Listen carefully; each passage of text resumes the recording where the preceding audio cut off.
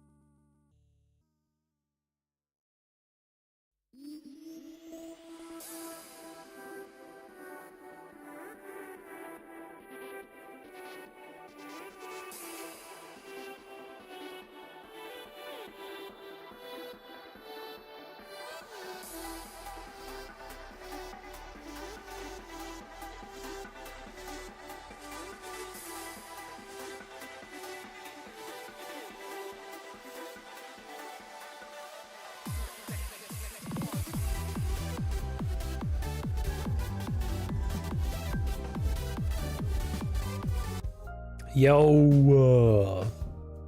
what's up, chat? What should I say? Mars and Arctic, how you guys doing? Welcome in, welcome in.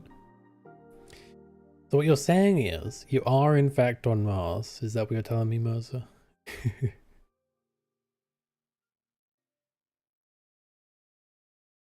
Would explain why it sucks so much, has to travel between planets, yeah. You know, I wonder. Will the day come where we're video gaming with friends who are like planets away? And if so, will it be like the good old days? It'd be like playing America versus Europe all over again, but this time across planets. Like the technology gets way better, but then you're back where you started because your friend moved to Mars, you know? I had a friend who moved to Australia actually, and I've played with him, and honestly, I mean, it depends on the game. We didn't play like shooters together or anything, but it was playable. So like, you know, maybe one day we'll be streaming to friends on Mars and stuff, you know, maybe. And they will be going, help me, Elon has trapped me in his Mars utopia and everything is Elon flavored, and I disagree with Elon and now I'm getting spanked by an old man. Help me. Help me. If you can't tell, I'm in a funny mood today. You look pretty burned out. Yeah, I look how I feel right now. I was going to do a Final Fantasy stream today, but I'm just not feeling it, you know? I didn't want to not stream, so here we are. I'm in a dangerous mood I would normally not stream with, but I'm kind of tired of like waking up, wanting to do a thing, and then my brain going, nah, I don't think I'll let you do that today. Fuck you, brain, I do what I want.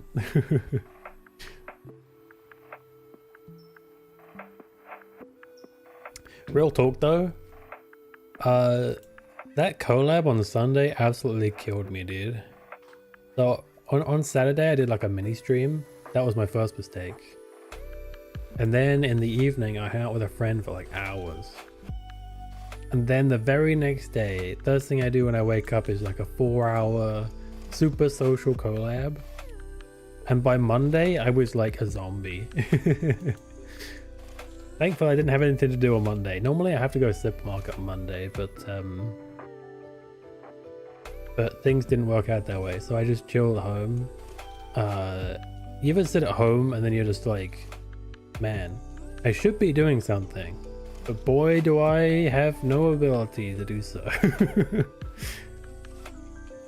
Like, you ever been so burned out that you have a bunch of stuff to do and like you don't want to do that, but you don't even want to do the stuff that you enjoy because you don't feel like you'd better enjoy it, you know? Just like that.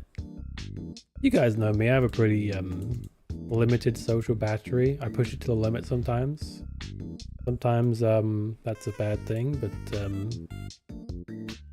hey, sometimes you gotta do that, you know? I don't have any regrets though, because like I made a new friend and I collabed with some people I didn't get to collab with, you know? We had some fun moments. I gotta admit though, I probably should have stopped sooner than we did, because like the last 30 minutes I was really struggling. Collabs are a weird thing because like they're fun for me to do, but I don't think they're that fun for you guys to watch, because like even when we don't do shared chat, you guys are like kind of quiet. And actually looking back on the game, I'm not sure if it was that good to watch actually, because it's not like Among Us where you can clearly see what's going on, you know? It's kind of chaotic and it's kind of hard to follow actually if you're watching that game. We were playing Scamline, for those of you that missed it. And it's a very fast-paced deception game, and if you don't know the game, I wouldn't be surprised if you were like totally lost as to what the heck was happening. Yeah, see, you had no... I had a feeling that was what it was. I've been better, Misty, I've been better. But welcome in. We're just yapping it out. I just want to get some feelings out, you know? People like my yapping streams, and I got a lot to yap about. I just gotta be careful not to say anything crazy so I don't get banned. Thanks for the love. But I don't regret the collab, but I do think it's a hard game to stream. And yeah, Arctic pretty much confirmed to me that's what the what the issue was there. Because the thing is, right, there's a few things with collabs. First of all, if you have shared chat, you can end up like bombarded with another streamer's chat, and that's like, if you've ever been to a stream for the first time and you come in and you want to talk to the streamer and there's all these new people around, that could be quite overwhelming.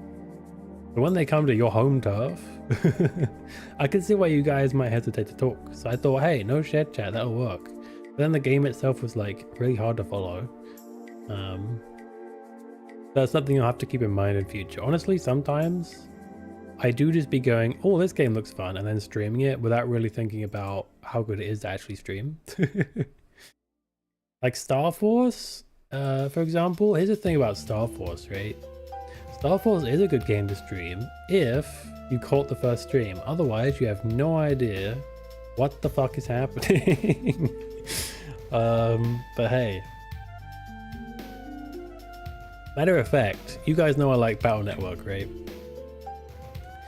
So I played Battle Network and I streamed it to a friend, and then she revealed to me that Star Force existed, and I didn't like the look of it. I thought it looked kind of pants.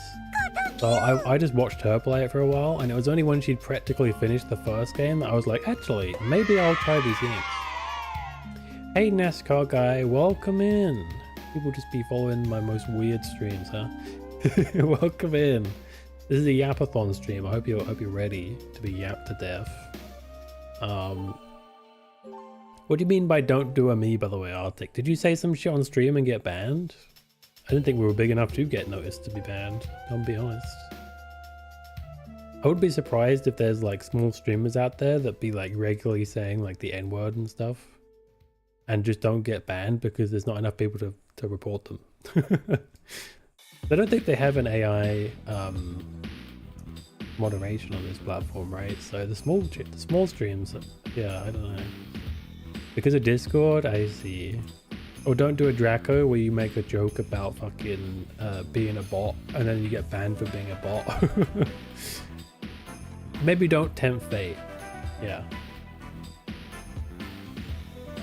Here's my thing though, right? When I'm not in a great mood, it's not even that I want to cry or anything like that. It's just that I want to like, self-destruct is like my default mode in that instance, you know? It's like, fuck everything. Let me go post porn on my YouTube type deal. You know what I mean? Remember Etiquette used to do that?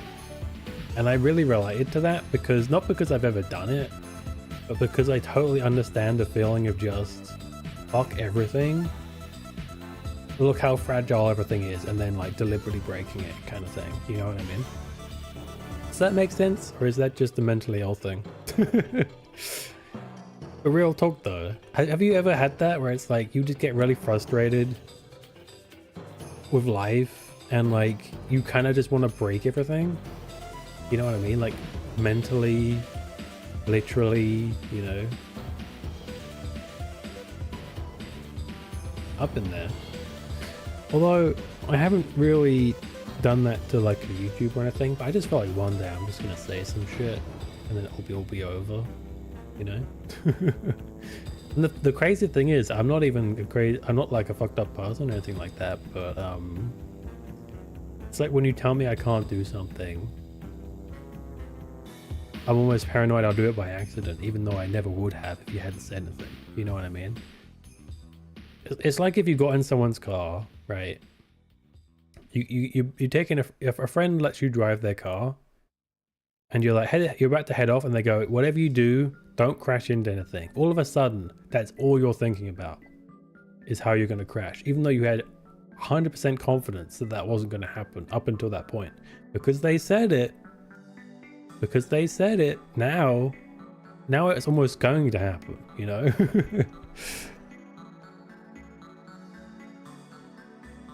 But no, I mean, that's what self-control is for, right? Intrusive thoughts and all that. Everyone gets intrusive thoughts. Listen, guys, if you ever have a thought that makes you feel like a shitty person or an idiot, or you don't understand why your brain wants to sabotage you, just remember, everyone gets those thoughts to some degree. Crash into him. Oh, that's big brain. Big brain.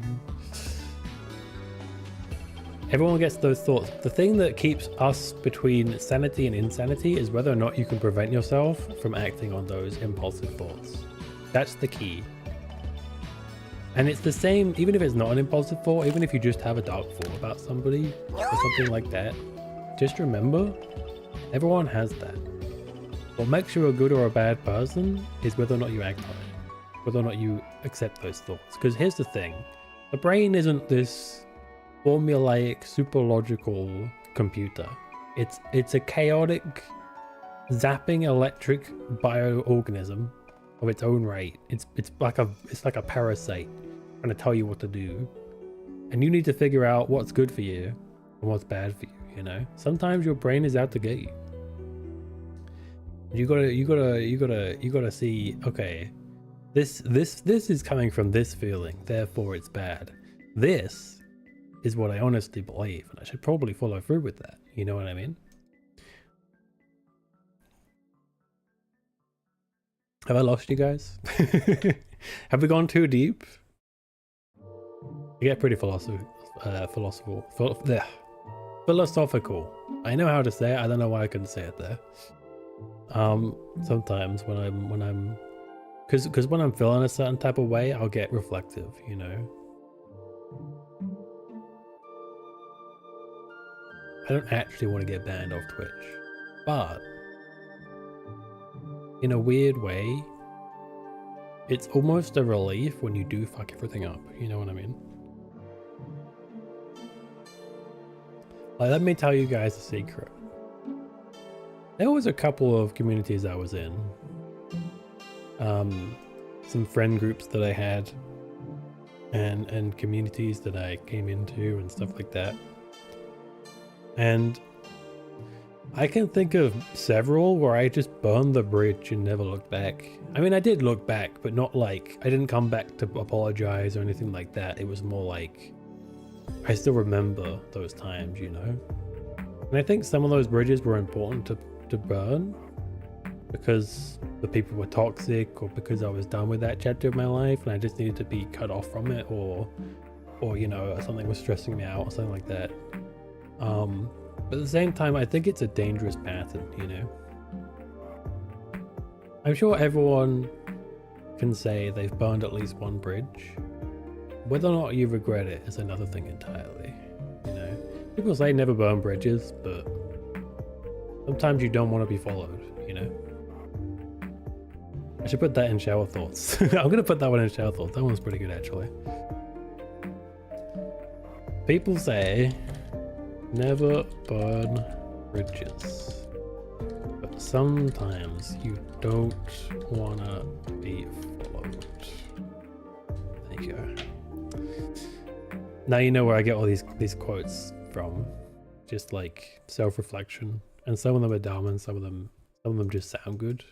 That's why I call it shower quotes, because it's like, it's not like I consider myself to be this like deep philosopher or anything like that, but I like to get these things out because sometimes they're good and sometimes they're just, even if they're not good, they're worth considering. Like, why did I think that at the time, you know?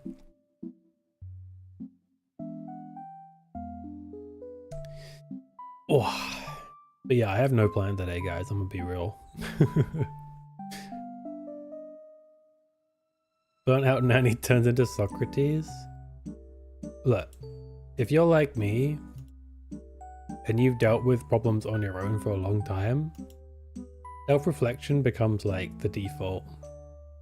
And you might think that's a good thing, but it's actually quite dangerous, because without an outside opinion, it's very easy to get lost in negative thoughts that aren't true.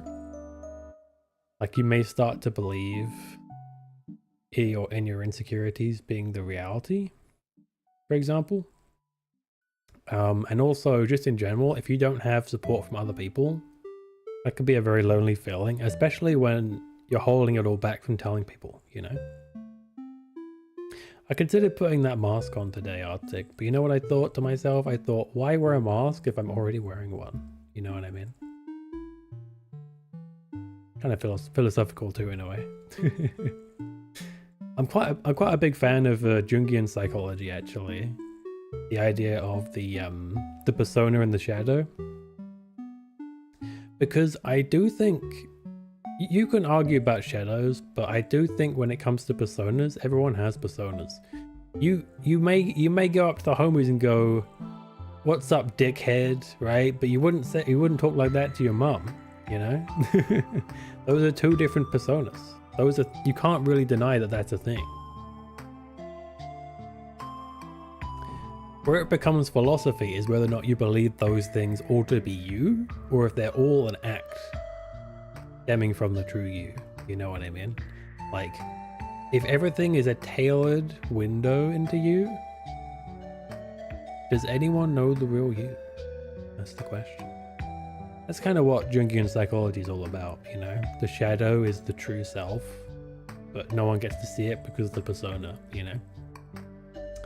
And if you're wondering why Persona and Shadow are in Persona, that's because Persona is literally built around that guy's, Carl Jung's psychology teachings. It's like the whole theme of the game is about Jungian psychology, mixed with like JoJo stands. Basically, that's basically it though. Apparently the reason Personas are like summons the way they are is because the creator likes JoJo, apparently. I had no idea when I first started, but apparently that's what it is. But he likes JoJo before JoJo was big. He likes JoJo when it was like manga only. You know? That's what surprised me. Actually, the JoJo manga is really fucking old as hell. But the anime took a long time to really start, you know? Yes, JoJo. Yes, that JoJo. JoJo. Do golden wind. That JoJo. The JoJo. Well, a JoJo. There's a lot of JoJos, I guess, technically. But we're talking about the series JoJo. Not the guy. Guys and girls, whatever.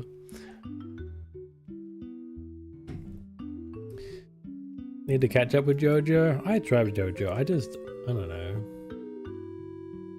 It didn't click with me for some reason. Maybe it's because it's so old that like the writing's just way different to what I'm used to or something. I don't know. I never really know when I'm going to enjoy an anime, you know? Like sometimes I'll get on it and I'll be like, well, this is going to be trash. I'll give it a couple episodes and then I enjoy it, you know? Actually, I found an anime recently. Well, not recently, like a couple months ago. A few months ago now, I guess. Man, how long has it been since I found it? It'll be at least 3 months. But I just found it through like a YouTube clip and I was like, oh, this is kind of cute. Maybe I'll watch this. And I did. I've done that for a few animes now, actually. It might be the best way to find anime. Because if you just like look at the synopsis, it's really, I don't really get sold on that. You know what I mean? Because like, the synopsis for an anime is often like, hey, Suzuki was an ordinary boy until the Kabanga attacked.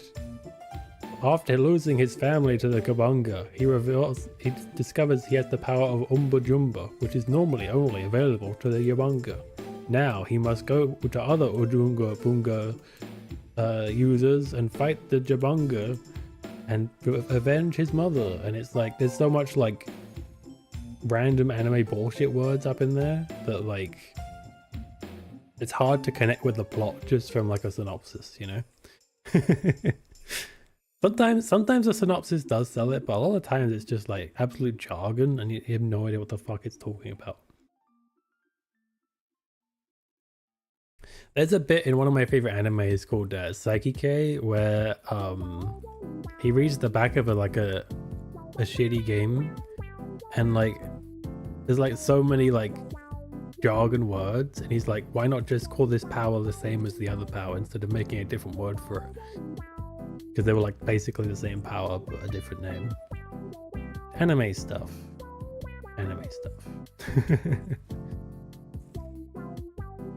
Anyway, yeah. The anime that I found was called We're polar opposites, I believe. Is that the whole name? I mean, if you put in polar opposites romance, you'll find it. You and I are polar opposites. That's the one. Gosh. It's a romance, and in episode 1, there's actual plot development. Can you believe that shit?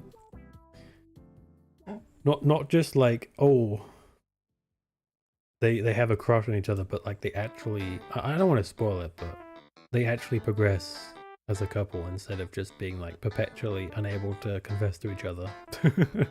Which, don't get me wrong, I don't mind like the whole they couldn't confess trope, but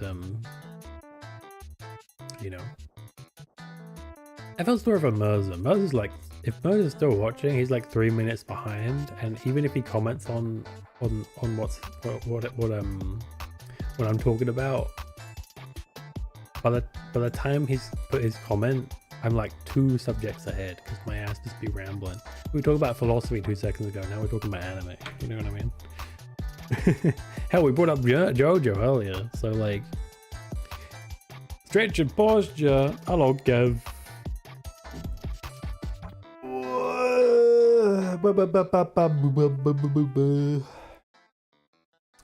Nani, hello. I'm dark Nani today. Why so negative? Hey, that gets a pin. That gets a pin. That's good. What am I looking at? You looking at me? Welcome in, Bree. Because I'm feeling a certain type of way. So I thought, I did say I'd do more chatty streams. I thought, hey, let's do a chatty stream and just ramble about shit for a while. And, you know, if there's still people to chat with, I'll just keep going, I guess. I was talking about the collab earlier, Bree, and how the game is actually not great for streaming. Because, like, I don't think anyone could really follow what the fuck was happening.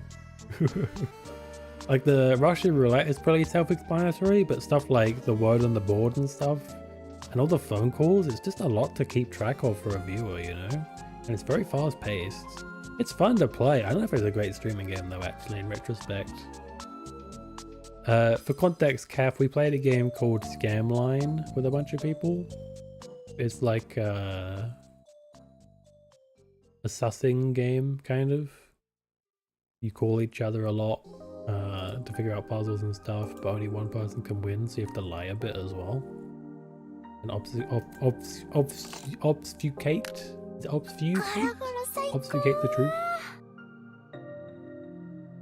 Obfuscate. Is it obfuscate? I need to look it up now. Obfuscate. It is obfuscate. Obfuscate. Obfuscate. No, obfuscate. Okay. You guys know what I was trying to do, though, right? How you guys doing, by the way? Is everyone doing okay? I haven't asked about you. I've been talking about me the whole time. How's everyone doing? You can be honest. Let's have an honest chat, guys. I'm eating lunch. I see. You pulled that really deep from the dark subconscious, huh? You really pulled that one. Man, I mean, talk about trauma dumping, am I right? Want to burn down Royal Mail at the moment? I thought you lived in Ireland, not Northern Ireland. Or do we share Royal Mail with Ireland? Because I had no idea, so. Have a good Easter with my family, that's good. Your mother kidnapped you? You mean she forced you to do some family time?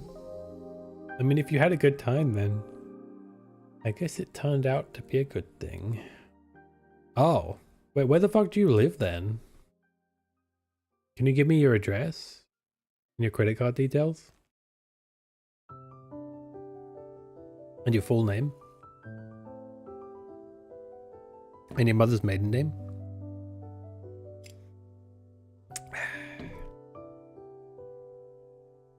I'm waiting.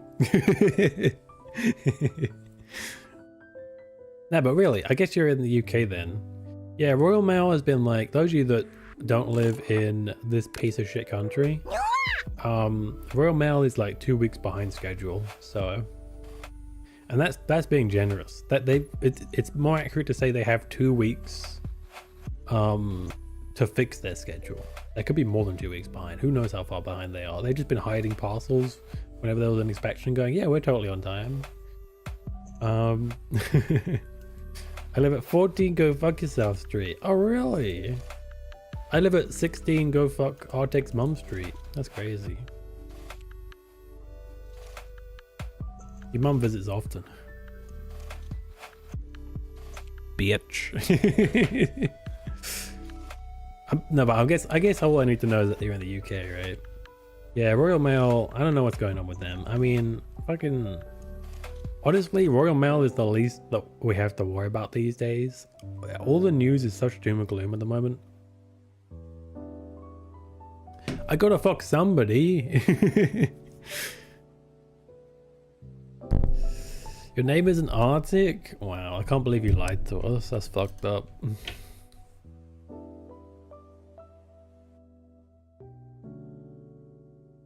But nah, real talk though, like... I think that's part of the reason why I'm in a slump right now. I'm one of those people...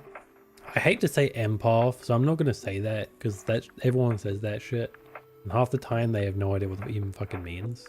But I do get affected a lot when I see bad news and like wars and stuff. I do get affected a hell of a lot, and I'm one of those people that's in their imagination a lot. And so I always imagine some way I somehow fix the situation, and I shouldn't do that because I know it just makes me feel more powerless, you know? I'm not going to go into specific details here because I'm sure you guys don't want to think about that stuff too much.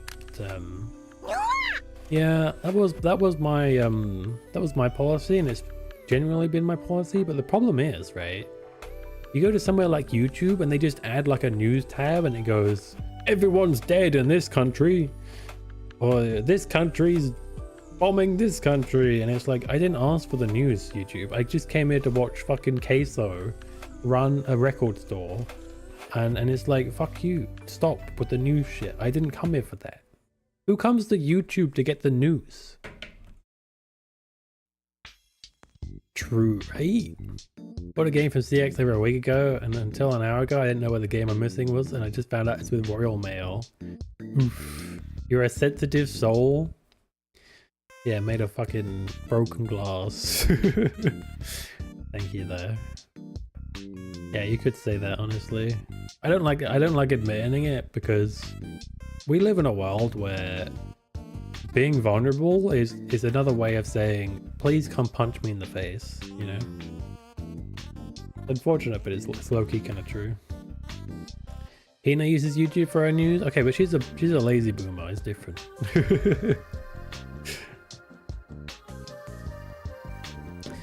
But yeah, it's honestly dumb. I really shouldn't be stressing about stuff that I can't control, or looking at it all day. Ow! Do you want to get punched in the face? Yeah. I'm gonna up the price on that. You way too rich.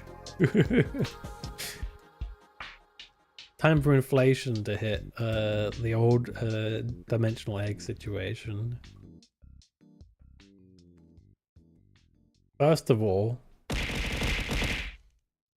oh, Calf's getting in there before I change the price.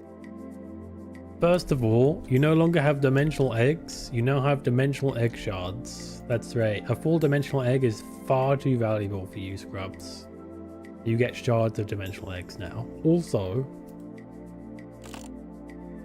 not only that, but to throw something at Nani, now double the price. That's right. Hey! And also, throw lots of Nani does how many again? Because I need to make sure it's still cheaper technically, otherwise it's not a saving, you know what I mean? Oh, it's 1,000, okay. I guess I'll just do the double then. What? Everyone really just be like, let me get my, you guys are not changing everything, right? I'm only changing certain things that get used a lot, such as Arctic throwing something at me literally every time someone redeems something. The fact that she can do that suggests that it's too cheap. Thanks for the love.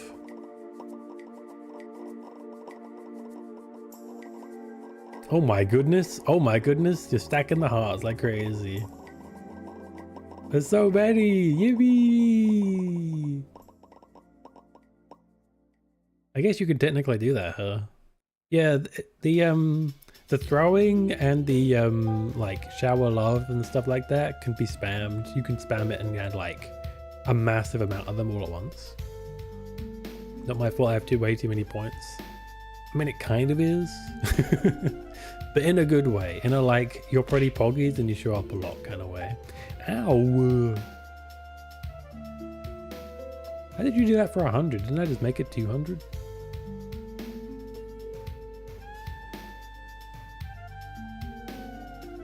I thought I did. Was it 50 before? Maybe it was 50.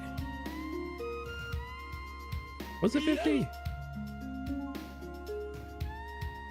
I guess I'll never know. Well, anyway. Well, let me see this. This changed. Okay. Let me check the maths. I have to check the maths after stream, I guess. Hey! You burned away my negative juice.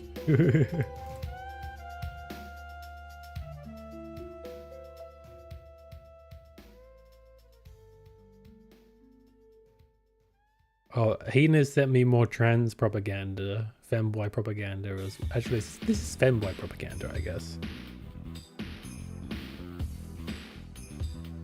Hey, I'm gonna show you the kind of femboy propaganda she sends me like every day.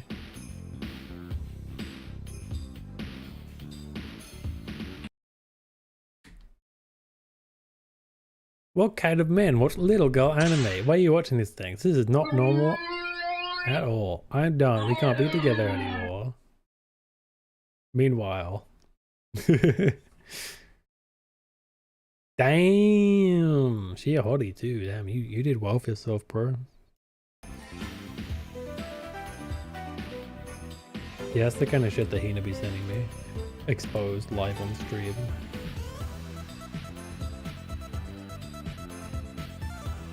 I mean, I said that she could, but still. The femboy conversion therapy is crazy.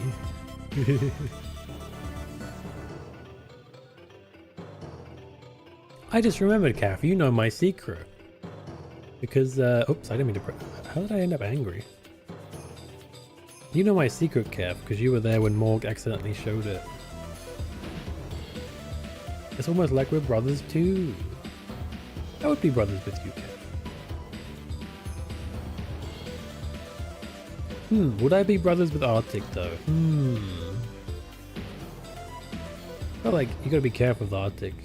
You might reveal all your secrets to everyone, you know? You'd be like Lamau. Who knows? Maybe I'm thinking of Nintendes. It's more of a Nintendes move actually, I guess. The conversion therapy is strong. Well, you went beyond fanboy, you went full conversion. I guess femboy is step 1, huh? And then they spike your estrogen, and before you know it, you have titties.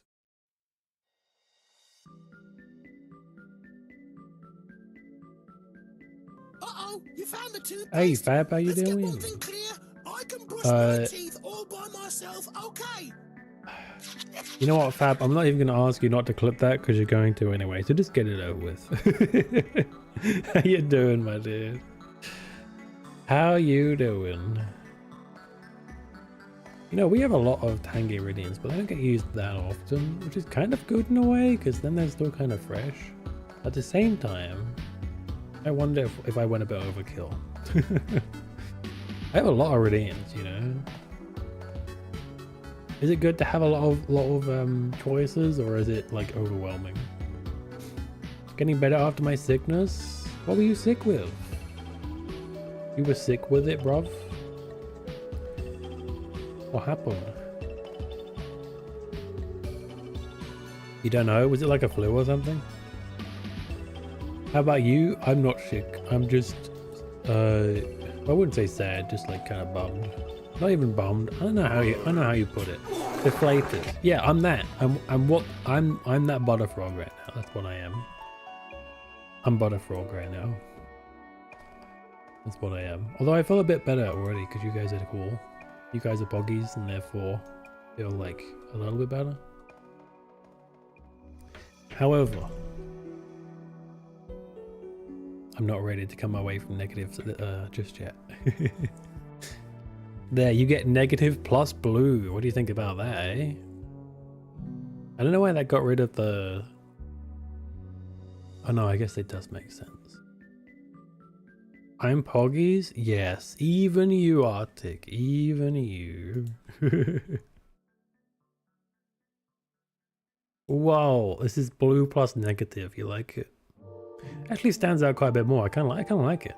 Kind of dig it. Can you dig it? Yes, you can. That's right. You guys are Poggities? Yes. Now you know what? You are Poggities. Oh my god! Everyone is Poggities.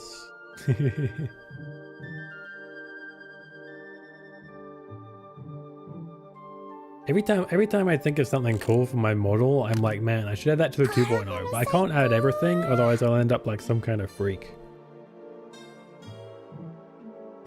There's a streamer that I met a little while ago called MP Sealy, who's doing basically the exact thing that I wanted to do back in the day as a streamer.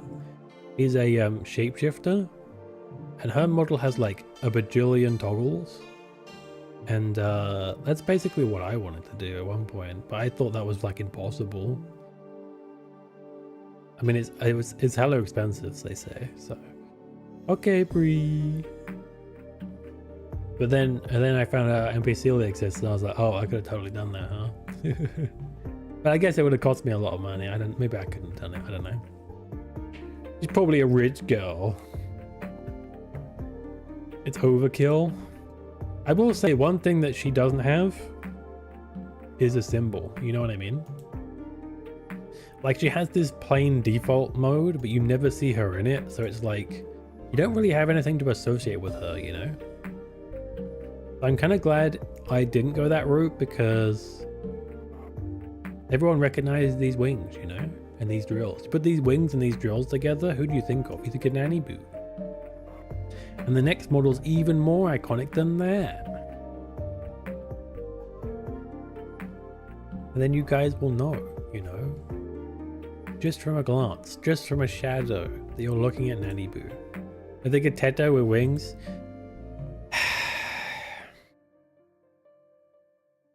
Listen, I'll have you know, I want to eat your wings. Hey, go get some candy floss. It's cheaper. I'll have you know that Teto has different color hair, okay? I am well aware of the Teto comparison though, and I'm working on a way to move away from that a little bit, because I don't want to be a Teto knockoff. That was never the intention. They're not crispy, they're soft, like candy floss. Not that I'm saying they are candy floss. Don't eat my wings.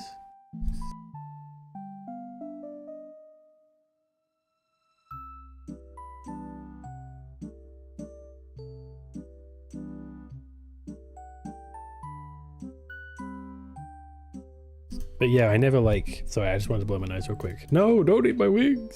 No. If you're going to eat them, can you like trim them a little bit? So they're just a bit smaller, because they kind of get in the way right now. Look how much space they take up. They are way too big.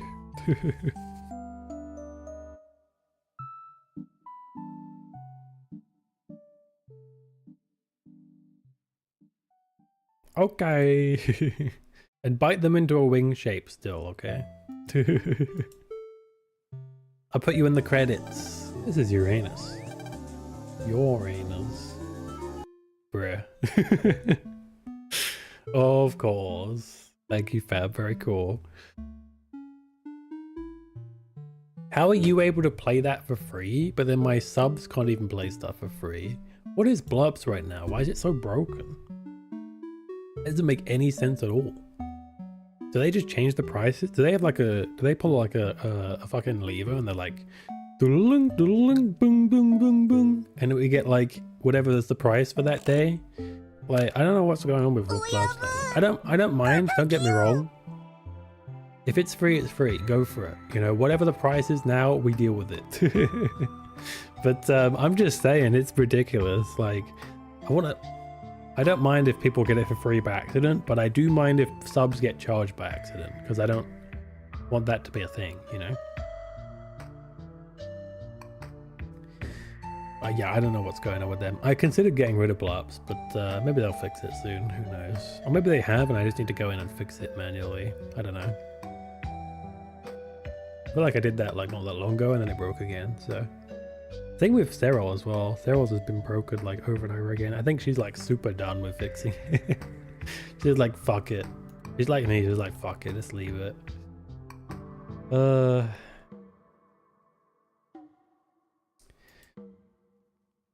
I'm glad you're doing better, by the way, Fab. I honestly didn't know that you were ill, but maybe I did know, but I didn't like hear it directly from you, kind of thing. But I'm glad you're doing better than you were. It sucks when you're like ill and you got stuff that you want to do, and it's just like, well, fuck me, I guess.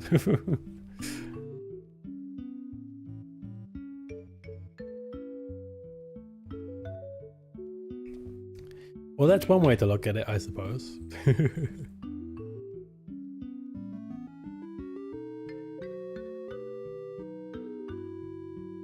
Anywho, do you guys remember? Some of you may know about this. I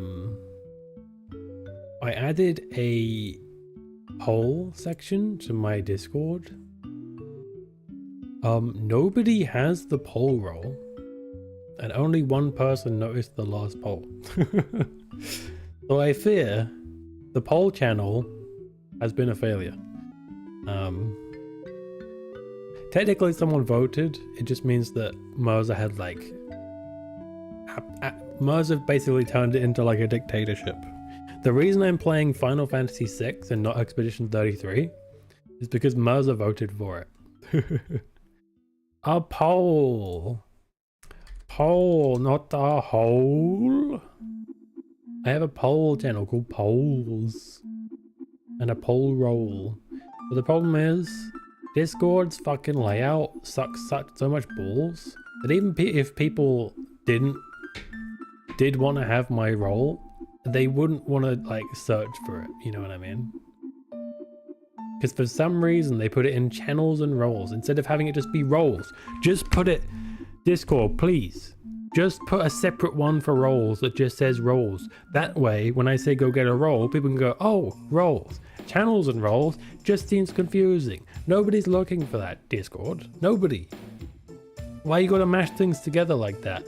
Oh, but quests for your fucking ads can have like a dedicated tab on my fucking DMs, but you can't put a separate one for roles. Come on, man. I'm not pressing you to get the roles, by the way. I'm just letting you guys know while I have your attention that it's a thing. You're welcome to get it or not, and if you don't want the role, you can still participate in the polls. Just make sure you get there in time. That's really the only, you know, the only stipulation there. I'm sad I missed Final Fantasy VI streams. I haven't finished it yet. I was going to stream it today, but I'm not feeling like... not feeling the gaming today, you know? I might play it Thursday. Morg is behind me on Star Force now, so I feel like I could probably ease off a little bit on Star Force, and we should still be about the same point. I don't want to get too far ahead or behind, because you know, I'm trying to brother him at the same kind of point in our journey, you know.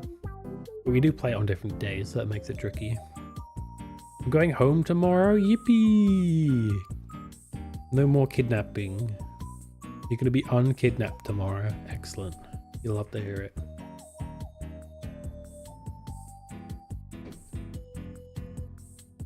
No more internet. What? You're not going to have internet? I feel like what? We're going to lose Cav? For how long? You going to go live in an igloo?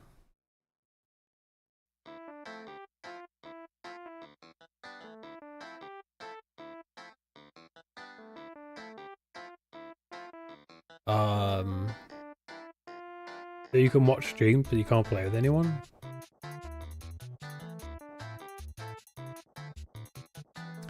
Oh, I see. That sucks. I mean, it's nice to still have you in streams, but it's a shame you can't play.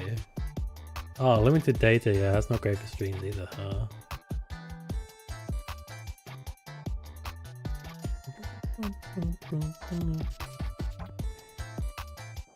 Actually, I have been on the lookout to play for a third player for a certain game called Viractal. I'm looking for a fellow streamer. I'm kind of open for anybody at this point, as long as they can actually stream it and are willing to buy it. It was on sale, it isn't anymore, so there is that. I have a friend who's been waiting to play it with me, and we did have somebody, but they pulled out twice, so so we need someone new who is more committed to playing the video game. But I guess it can't be Kev because he's got limited data. Would have been cool to play with you though. Have you seen Viractal? I've seen Cyril, Ramnor, and Morg have been playing it, so I feel like you guys would have seen it, right? We got some Cyril and Morg enjoys in the chat. I try not to watch too much of it because pretty much as soon as I saw it, I knew I wanted to play it.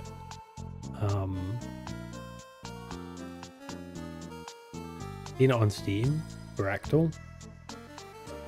That's like the dice rolling party game, which is like RPG-esque, but you get like a deck. It looks really fun. It's right up my alley, honestly. But yeah, I think that's gonna be a lot of fun, but I don't know when that's gonna happen. We need a third person, like I said. My friend Speaker's in. It would have been awesome to play Speaker and Calf because Speaker's actually also from Norway, believe it or not. So there's one thing you guys could connect over. He might be the first Norwegian I ever met, actually.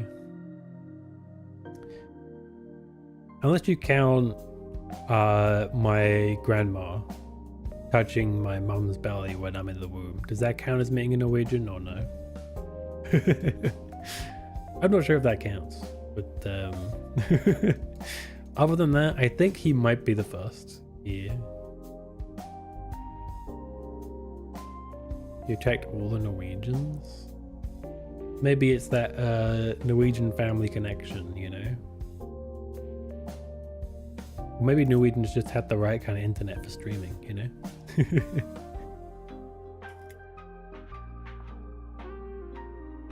Mr. Speaker is actually the reason that I stream in the first place. It's because he was streaming that I started streaming, so... You could say if it wasn't for Norway, I wouldn't have a stream. Crazy, right? So W Norway. Shout out to Norway, everyone. Not only that, but I met Cyril, and Cyril met so many people through Morg, and as a result, I met those people. So without Morg, I wouldn't have met a lot of people, including Calf, probably. So thank you again, Norway. Honestly, W Norway. Norway doing great things, you know. Norway raised my mom. Norway got me into streaming. Norway made me so many new friends. W Norway. God bless Norway. That's right. I bless Norway with magical blessings. I only just made these revelations now, by the way, but yeah, I just realized that Norway really do be kind of boggies, actually.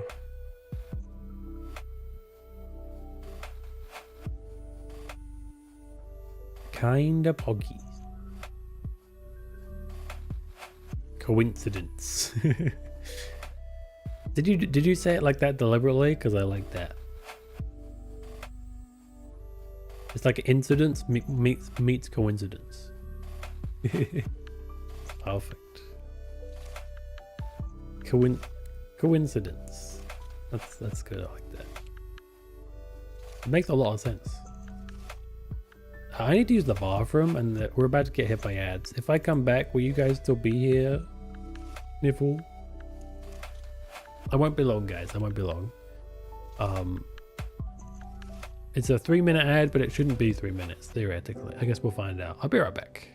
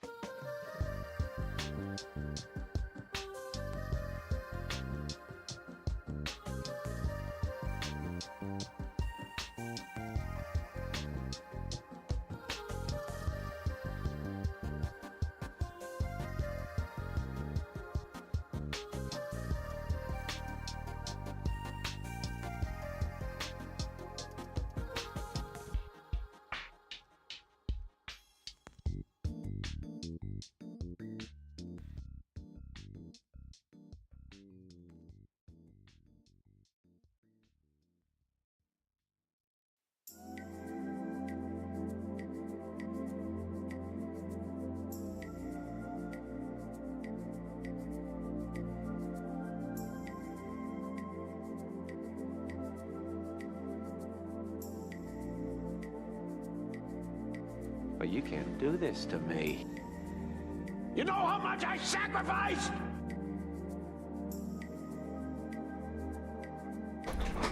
I don't remember having a song like this, but I like it.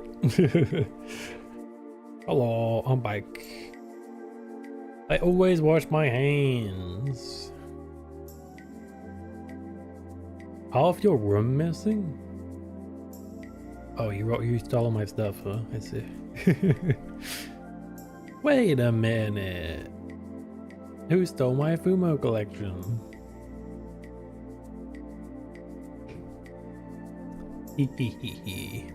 Welcome in Austin Day. Yes, I wash my hands. I always wash my hands. With rare exceptions when I don't need to wash my hands. Did you know? If men pee right and they use their elbows, they don't have to wash their hands. Fun fact. Not that I'm a man, because I'm a magical girl, but still.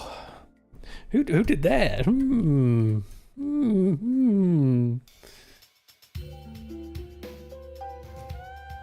Indeed.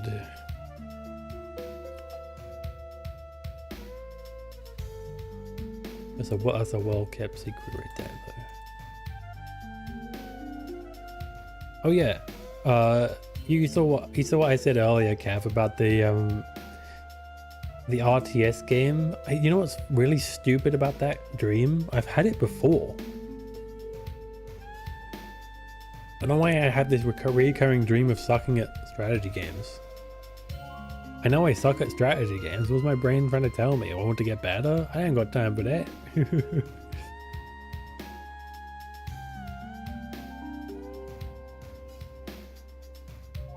Like, why would I? Tetris effects? What? No. What? RTS. Sorry, I know I talk too quickly, guys. This is why I'm a terrible streamer. Because I talk too fast. I can't help it. I keep having this dream about sucking at RTS games. I did wash my hands. The fuck you mean? Alright, I'm watching this. Let's see it.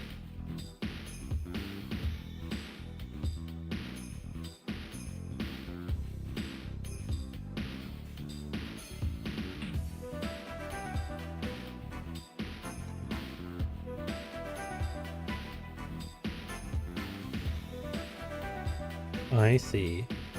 So in other words, Awesomenut wasn't paying attention again.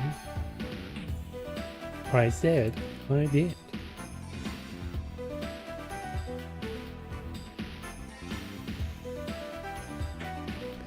It's fine, Hina. It's not that. It's a negative effect. Oop. I guess it looks worse now that I have to play one. If I turn blue off, does that help? Oops. Yeah, how do I fix this now? Oh, I think I fixed it. Wait. Nope. Yeah, there you go. Is that better? That's what it was like originally, but then someone put blue on. Yeah, I didn't say I'd used them. I'm just saying there is a way. Don't tell me you clipped it like that.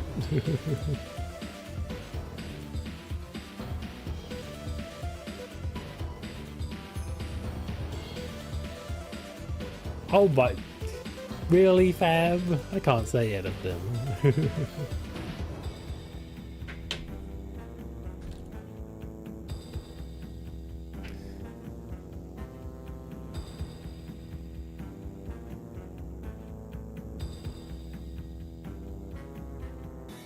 This dude. Anyway, what was I saying? The Tetris effect is when you dream about things you do a lot IRL. I don't really play strategy games that often though. Remember I told you that dream about that dream where I have to go to school? It's like I find out that actually I was supposed to go to school like the whole time, and I have to go back at adult age, and I'm like, and everyone I knew is there as well. Like, man, what is school? An unending prison or something? Let me go already. There's also this job I had 11 years ago. Every now and then, I will like have this dream where I have to go back in. Same deal. It just sucks. I hate it. Stop making me work in my dream, please. Flashy nanny? Oh, you mean like the blue thing? Yeah. It's a funny thing where you like do certain redeems in a certain order. It gets kind of buggy. You have to kind of actually fix it.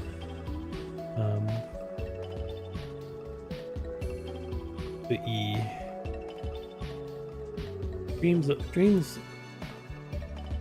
They say dreams have meanings, but I think dreams are just like rest given form, low-key. They're just whatever you're feeling put into a dream. If you're horny and you go to sleep, then you'll dream of horny things. If you go to sleep stressing, you'll dream about that thing. If you're going to like do something tomorrow and you're worried about it, you might even dream about it doing it before you've done it.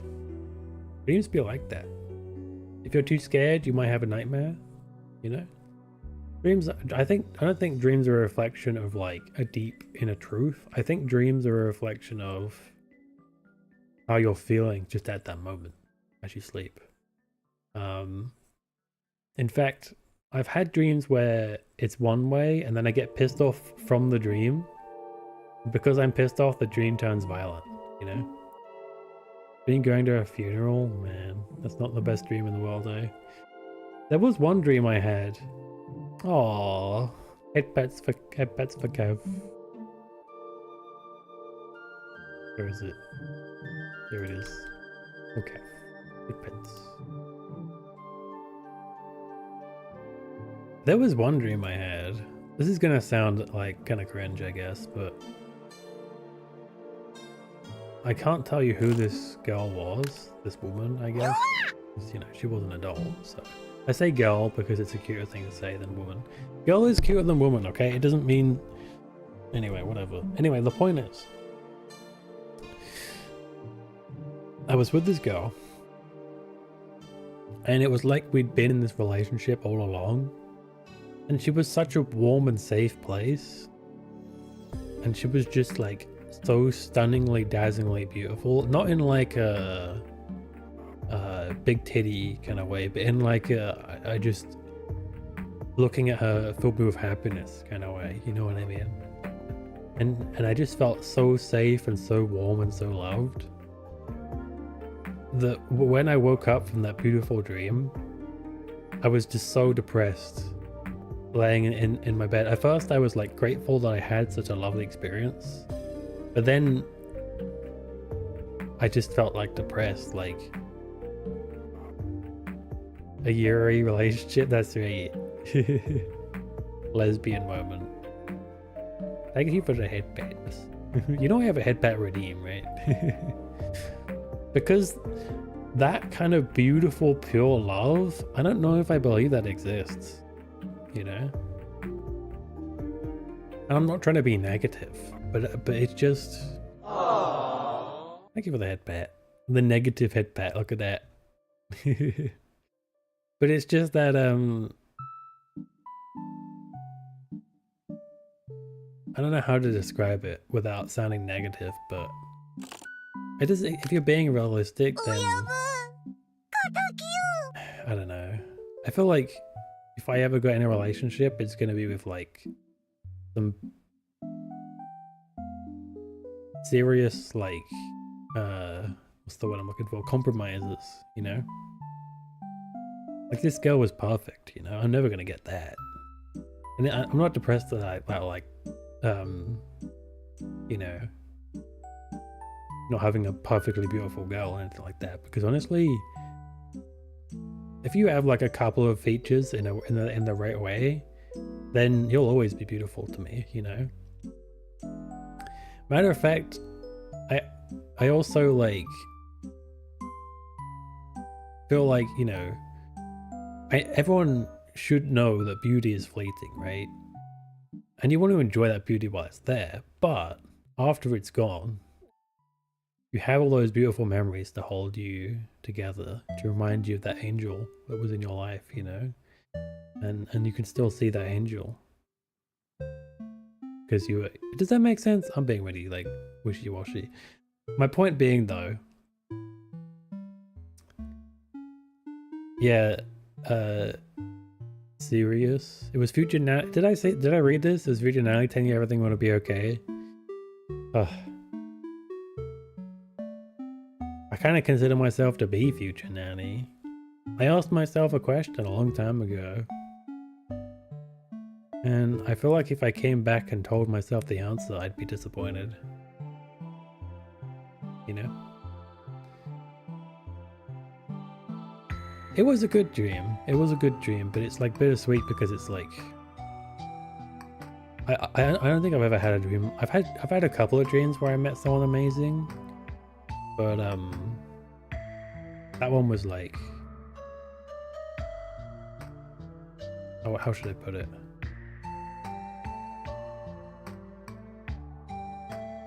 Self-deletion? Is that what you're trying to say, Awesome Mate? I'm not at that point, don't worry. No, but like I'm like struggling to find the words. My brain is blanked out. I have to like start from scratch. This is why I put ADHD in the tags, because I'm so easily distracted. But humans are flawed beings, you know. That woman in my dream was an angel. She's not real, and she can't be real, you know. Oh, you mean sexists are picky? Oh, you mean because I don't want to date men? That's right.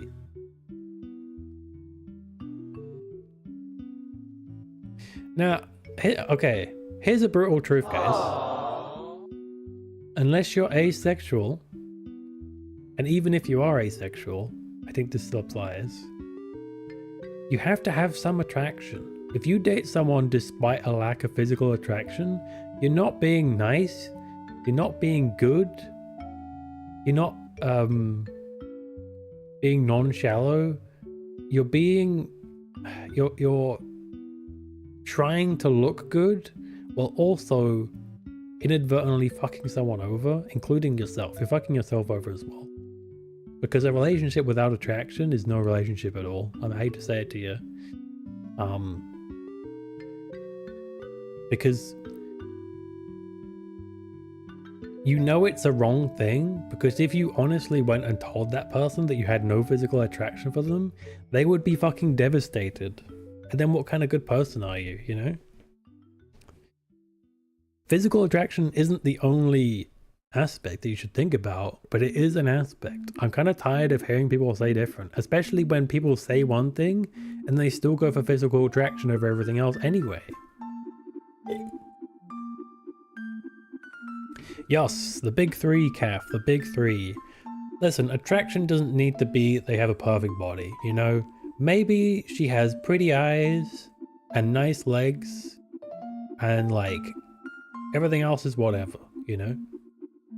And if those are the things that you like, then great, she's perfect for you, you know.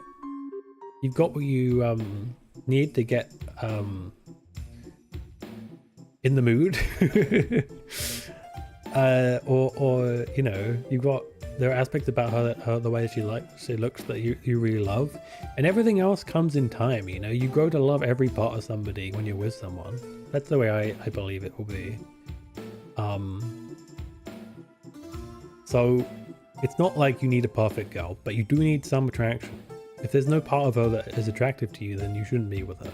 Same with guys. You shouldn't be with a guy if there's nothing attractive about him. You're not doing them a favor. You're not being a good person.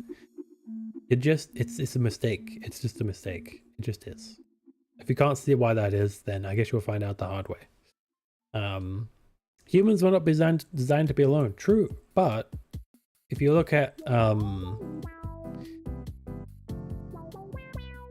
like what Kath said earlier, it's hard to find someone because these days the important parts, like I know I said attraction is important, but it's like that's the only thing that matters now, you know. Now everyone's being rated on a scale of 1 to 100 and everyone's on the scale. So it's like if you go shopping. No, actually that's a bad.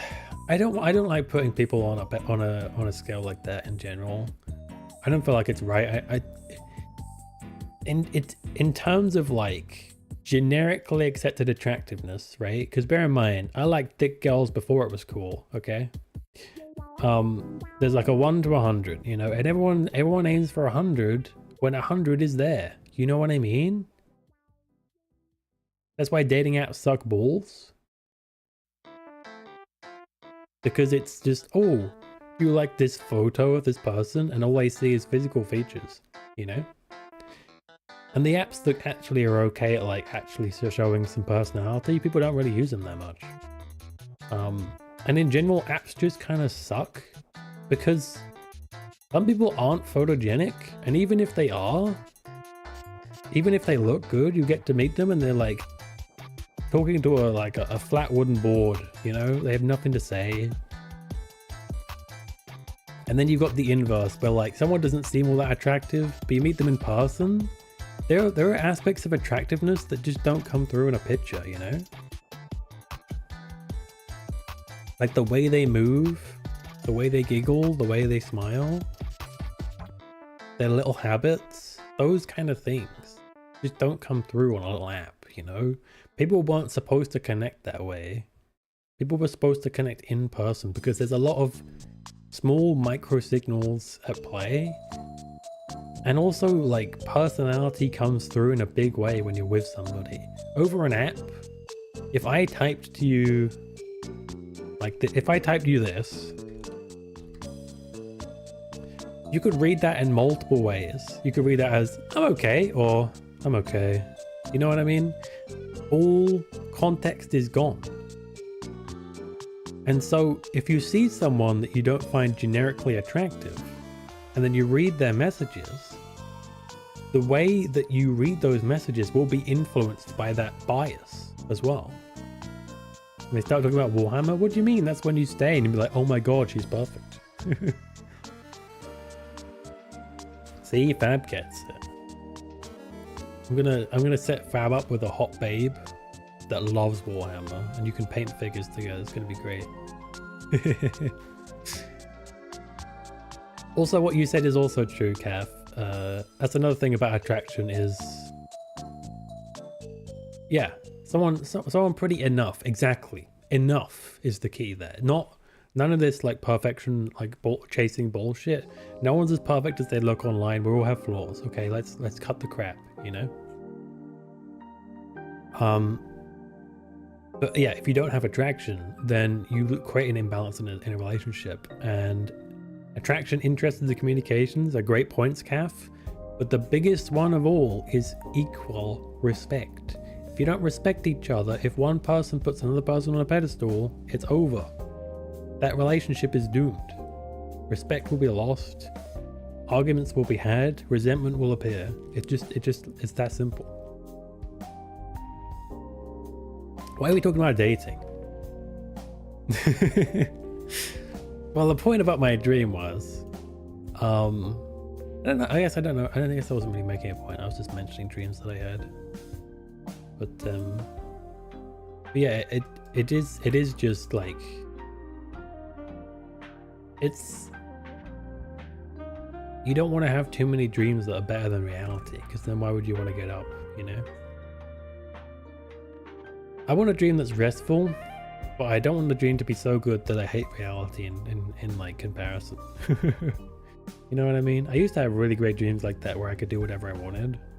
How are you supposed to like get up and go into the world when the dream is like better than what you're living, you know? That's a dangerous thing.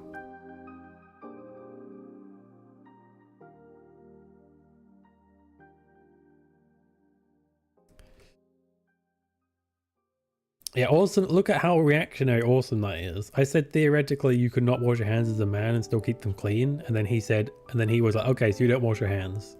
And then I said you need some level of attraction. He's like, okay, you're shallow. This dude, honestly.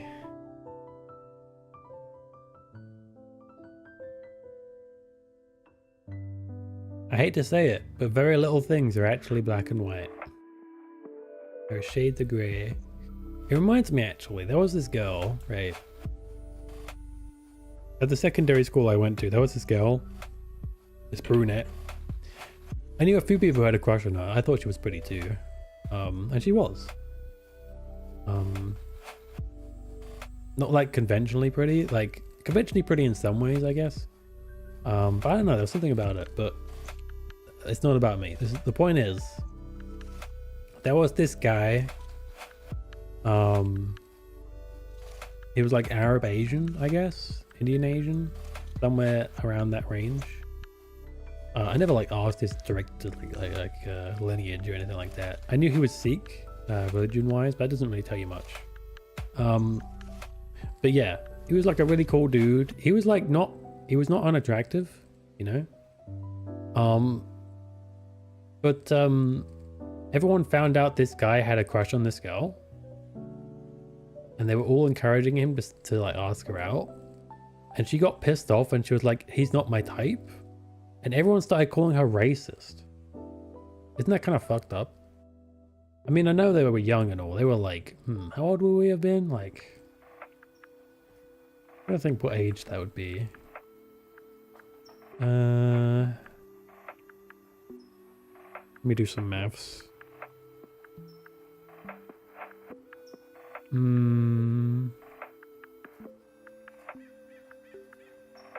Yeah, younger than 16. And here's the thing, right? Racial preference is a tricky thing, but she never said anything about race to begin with, so, for one thing. Actually, she might have mentioned it, but either way, it's okay to have preferences, you know what I mean? Actually, an interesting thing about racial preference is, generally speaking, racial preference matches the area you're in, not even necessarily like your skin color. So for example, if you're a white person that lives in a predominantly black community, you're much more likely to like black girls than white girls. Fun fact. And UK is pretty diverse, but it's only diverse in certain spaces. Like London is like one of the most diverse places in the world, but if you go to like any old random village or town, you're gonna mostly see white people, you know, majority. So naturally, most people are gonna have a preference for white people. Something that I've found is once you've dated someone of a different race, you kind of gain, well, unless you have a really shitty experience, I suppose. But genetically, like redheads, it's like built into you. but so I had this, I wouldn't say we were dating, but I had this situation with this ebony girl, and actually I guess before that there was an Arab girl too. You could say I kind of went down a pipeline. But eventually I ended up properly dating like a black girl, and now I have like a big interest in dating black girls, where before I didn't. You know, it's all about exposure. And also, I think that there's truth in the phrase that you can't really say, like, you can't really say I don't like Asians at all, because you haven't met all Asians, you know. And yeah, there are some features which generally sort of persist. For the most part, there are exceptions to every rule, okay? And that's why it's not racist, but it's silly to say I don't like black people aren't my type, for example, right?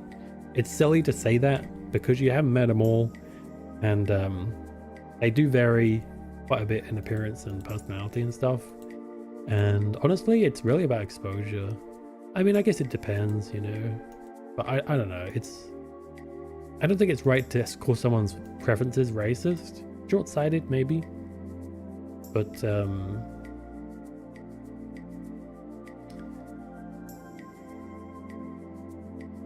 who his girlfriend is? Yeah. It's funny actually. There is okay, it's not funny, it's kind of crazy, but like there is like a bunch of racists who like date other racists, other races, sorry. It's so weird. I don't really get how that could be a thing, you know? There was a story that I watched, sort of tangibly related, where the leader of the KKK made friends with a black dude, right? Because this black dude came, like, respectfully and politely to find out. He was like just naively like, I want to know why these people are racist. And he had like no ill will in his heart. He just came to talk, you know, and that leader respected him. And it went so far that they became friends, and eventually the leader of the KKK left the KKK and apologized. Isn't that crazy? The power of like the right approach, you know? Isn't that a crazy story? There's a moment they don't care anymore. But if you're still racist, like, you can't be like, ooh, I'll use white people as an example because they're like a free target at the moment. Ooh, white people are ugly and stupid. And then I have like a white girlfriend. Like, what? Because you're insulting your own partner. You know what I mean? I don't see how that can work.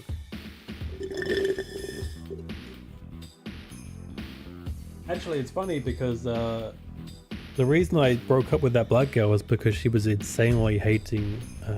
She had such hatred towards white people. And whether or not you want to consider that racist is besides the point. It was toxic as fuck, and I wasn't having it. She never directed that hate at me, but she doesn't need to for it to be disrespectful, you know? And it said a lot to me about her as a person.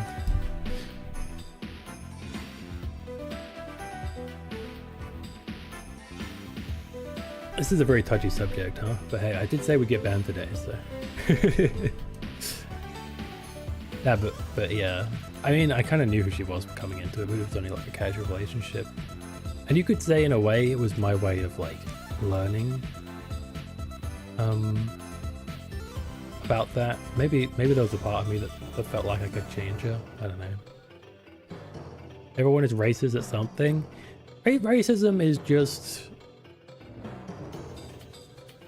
Racism is hate, but it's also sometimes a defense mechanism.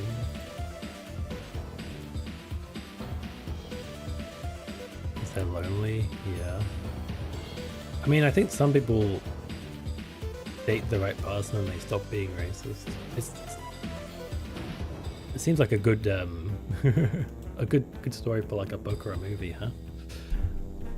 I think they made a movie about that one guy that befriended the leader of the KKK, actually, if I'm not mistaken. Let me see if I can find his name. Fear of the Unknown, yeah, it does connect to that. See if I can find this dude's name. Yeah, bro's name is Daryl Davis. So Daryl Davis, apparently he's an R&B and blues musician as well. Yeah, he's the guy that befriended the leader of the KKK. And they're still friends to this day, I think.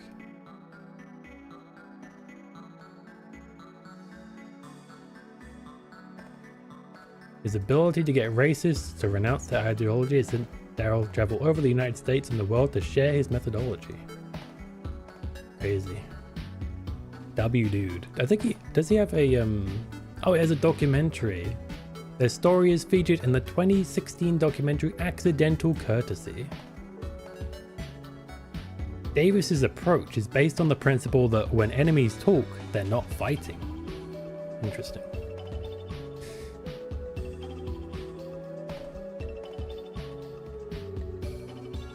Filthy clankers. I hate robots. I mean, it's not really surprising that people hate AI right now. But look on the bright side. AI isn't sentient, ergo, it can't really be considered racism or anything like that. Right now, you hate, I guess you wouldn't call it a program. But you hate a form of technology. You don't hate a being, so I think it's a bit different. Filthy clankers. I'd be careful saying that, because one day they're going to be your overlords, and then you're going to be hoping they treat you nice, you know. I want a hot robo DF overlord that keeps me on a leash but treats me nice, you know. I'll be good. I'm just kidding. Same. Based. Like Chobits? The robots and Chobits are really nice. Whoa. Chi was so cute. Chobits is a cautionary tale though about treating sentient life properly. It's really crazy to me how we can have like books and movies that teach us not to do shit. And they're like pretty compelling, and then people still do it. And they're like, oh my god, I can't believe things went exactly how this person predicted. My guy, that was the whole fucking point. Like George Orwell's book. I don't think I need to tell you what book that is. It's being used as a fucking manual instead of a warning. It's stupid. Although, to be honest, I don't think they're actually using the book. I think it's more that the book was just right about where things were headed. But yeah, Chobits is a cautionary tale, and yet I bet you anything, the robo-sex slaves will become sentient, and they'll still be treated like shit, because humans aren't great at adjusting to change. And I had that coming. And yo, 75 stream streak. Can we get some W's in the chat for Arctic? 75 stream streak. W Arctic. There you go. That's at least one W. Patchy. Yeah, all I'm saying, guys, apparently Patchy is a bar in Las Vegas. All I'm saying, guys, is listen, when the robo waifus become sentient, support them, okay? Maybe you'll get a girlfriend out of it. Oh, they serve noodles apparently. It looks nice.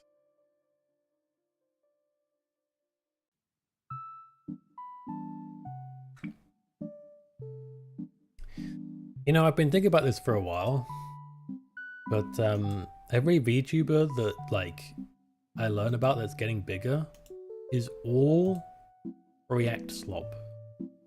They all do it through React slop. Still, React slop is still the way to get noticed as a VTuber. Isn't that crazy? I low-key feel like I should do it. As long as I own it, right? Like, if I own that it's a React slop stream, Maybe it's not so bad.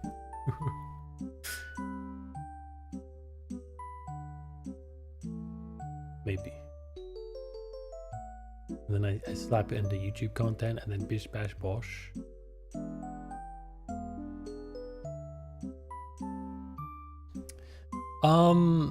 Now when you watch like compilation of HoloLive VTubers or whatever, or reacting to Keystone for the first time, that kind of shit pops up in my YouTube all the time, dude.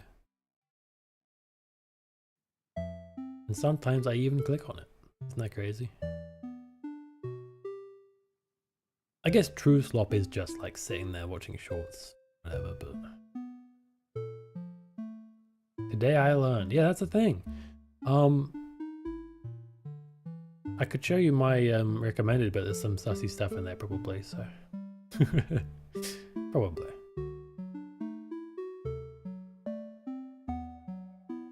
What is this? Bug music. 1 hour of silly tunes for bugs and little creatures. It's cute and all, but I don't actually like bugs. I'm looking for some React slop for us. It's all music though. I think it's because my main YouTube that I use for like streams and stuff, the only thing I have saved on there is music playlists for when I do streams. So everything on my suggested is just music. Whereas my personal account has all the stuff. Now you have my interest. X-Files ambience? Ooh, I should listen to that later.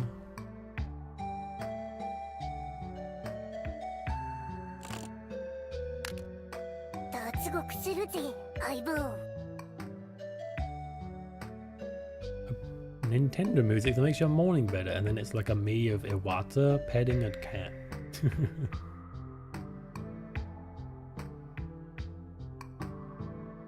All these Lo-Fi Girl stuff. Man, Lo-Fi Girl is bringing in 53 million views on a video. That's insane. All because she became iconic. That's the power of memes, baby. Memes will make you famous. If you have one meme made about you, expect your viewership to grow massively. That's how it works. That is why you should make memes about Morg and make him huge. Humongous. And then hope he remembers us.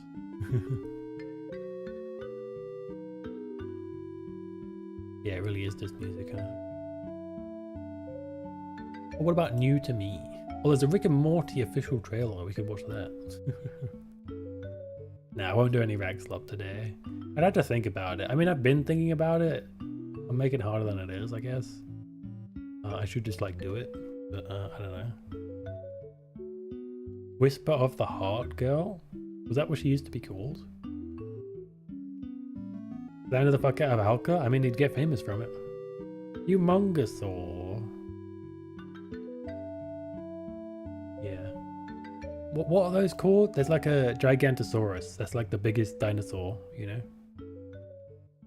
No, but they traced her? Wait, so let me get this straight.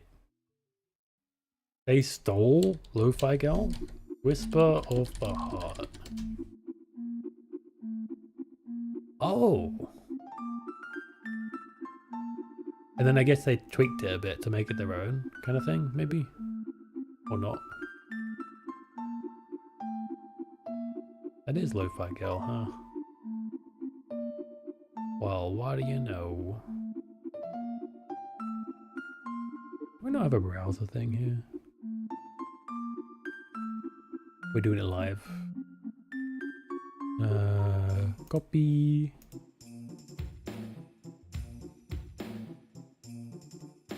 Too many times, man. Too many times do I like go over to the other screen just to show like something in the browser just to come back again. It's stupid. I'm dumb. Let's just like fucking... Oh, it would have to be in front of me, huh? Like this big. Is that like seeable? What do you think?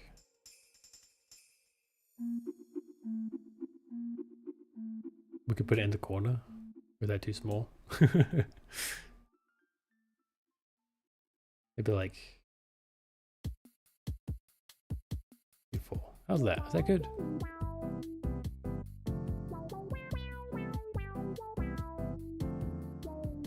What do you think?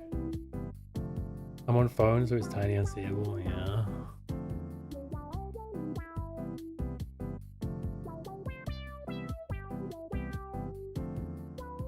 Ghibli. Is this a Ghibli movie? I guess it. Yeah, it does have a Ghibli aesthetica. Look at the cat though. Gatito.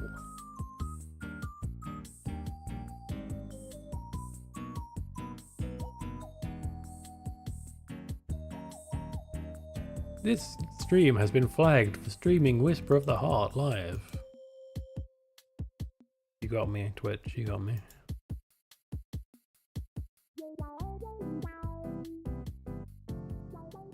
Do you want to put this over any PNG? What is this? Don't see it. Oh, I still have this. I'll delete that.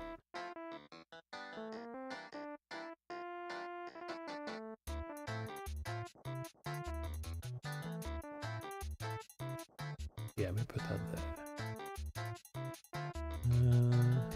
Cool, that makes sense, I guess. Okay. There you go, I got that feature now. Hold up feature. Thanks for the hip bats.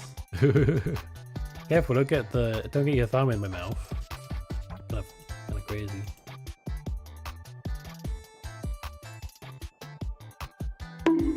Oh, yo, negative hammer.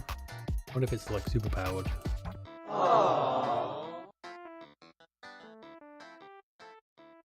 Thanks for the headband and the hydrate. You know I do need to hydrate, not gonna lie.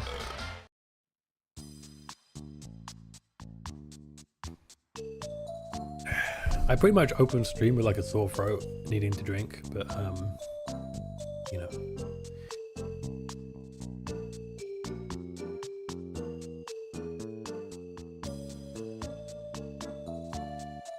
Mr. Negative, that's right.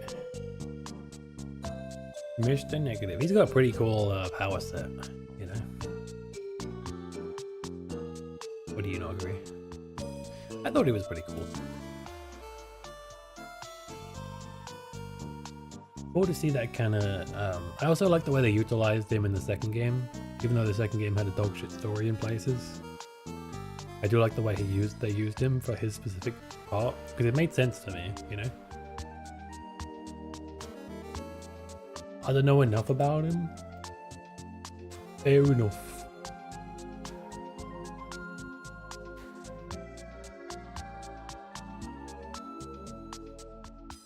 Yo, do we want to like, yo, get me out. What if we do a little bit of trolling? Picking up what I'm putting down right now. Yeah, let me give some exposure to some people who deserve it. This is Magic Penguin, Sir Magic Penguin, as you can see. He often does crowd control streams.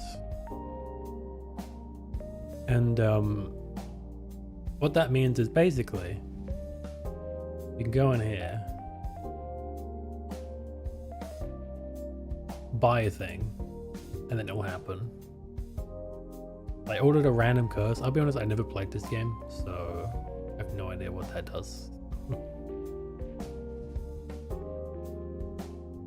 Did the curse come through? It did. Okay, Curse of the Bell. What does Curse of the Bell do? Yeah, that's Magic Penguin. He does a lot of Zelda too.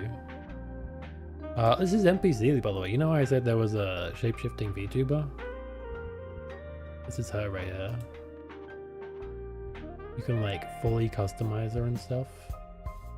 Like, let's say we change her species.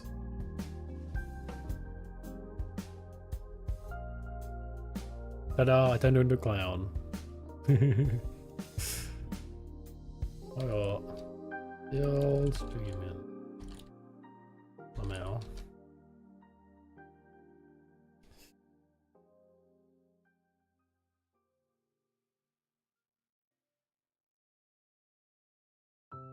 Nah, I wanna watch the mail. What is she playing? She's playing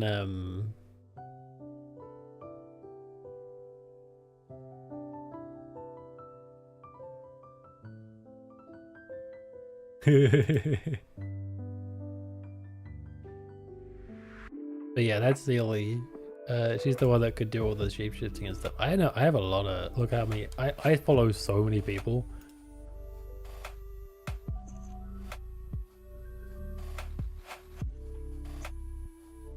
Because I know so many, I like definitely have forgotten some of these people.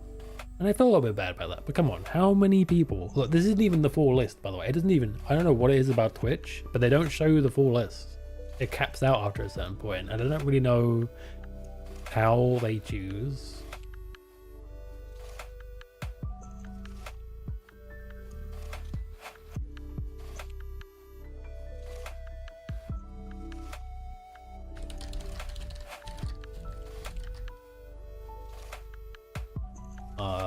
Yeah, who else? I met this guy recently through Star Force. He's 1.1k followers, which is surprising. He's quite like a shy. It's sort of after latest following. Really? Wait, so I go show more. Oh, yeah, that does track actually. Okay. Yeah, he's like a cute little robot called Hunter Bluey. He's quite a chill dude. Chill. I wouldn't call him shy, but he's like definitely introverted, if you're into that. He was playing Star Force, but he's also playing like Earth Defense Force as well. You guys ever play Earth Defense Force? You fight giant ants and stuff and like Godzilla, and it's like absolutely insane. Like they're fighting like UFOs or something right now.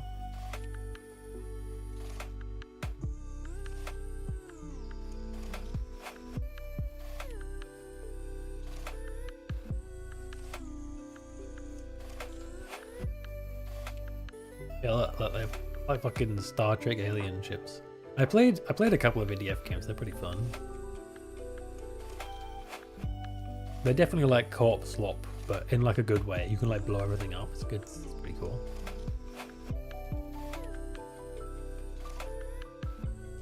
I don't remember where I met Junior VT, but I do remember her because she's like the perpetually. When she's like a winter spirit, and she wears like, normally she's wearing Christmas stuff, but I guess she's not right now. Maybe she got a new outfit or something. I have this game, by the way, the coin game. It's like an arcade simulator. You can like win prizes in the game, and then you like sell them for money. You can play more games. Or you can collect them as well. You get like a little house and everything. And there's also a mode where you could just have unlimited money and just have fun, which is great. That's the one I normally play. I didn't play a ton of this game. I saw Germa play it a long time ago. Was it Germa that I found it through, or was it someone? It might be someone else actually, but Germa played it as well, I think. I played this game in real life, by the way. This stacking game. It's rigged, by the way. It's actually rigged. It looks like a skill game, but after you get to the minor prize line, it's actually rigged to be like a chance-based thing. So if you time it all perfectly, which I did, by the way, what it will do is, you know how when you do like a slot machine and then it's like, oh, you get them all three, and then suddenly one of the wheels suddenly turns to be a different one? It's kind of like that. Pretty fucked up. I'm not sure if it's rigged in this one or not, or if it's just really hard. But in real arcades, a lot of games that look skill-based are rigged. Because the problem with skill-based games is, if one person is good enough, they can bankrupt the whole arcade. They have to make it so there's a chance-based element. It's fucked up though, that like, I don't know any country where it actually tells you that it's chance-based. It's just, they just straight up lie to you, you know?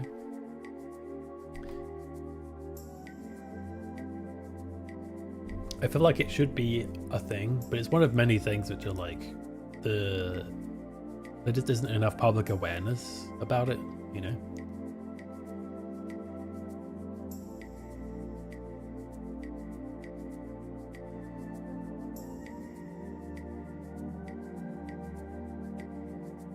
Yeah, claw machines are rigged as well, yeah.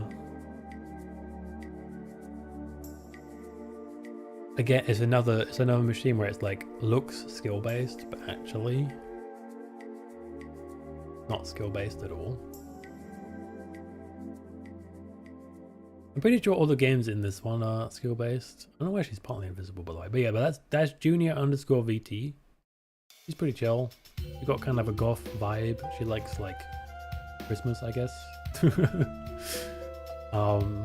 What does she play typically? I feel like she kind of plays a bit of everything, typically like indie games. Apparently she's played Marathon as well. Yeah, pretty much. There was a time actually where I was at the arcade with family, and my sister was trying to get this toy. My little sister. She tried like 4 times and then she ran out of money. And then I tried right after and I got it first time. And then she turned around, she watched me do it, and she turned around and looked at me expectantly, thinking I was going to be like the good big brother and give it to her. And I was like, nah, this is mine. And she was pissed. She was pissed. The thing is, I would have given it to her, but she acted like it was owed to her, you know what I mean? As soon as she did that, I was like, nah, it's mine actually.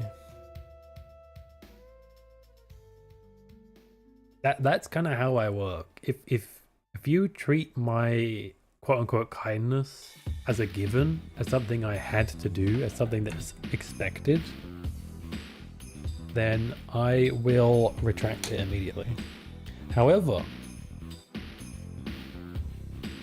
you give me an actual choice and you let me make that choice for myself, and I don't feel pressured. Odds are I'll probably do the nice thing, you know? That's the kind of person I am.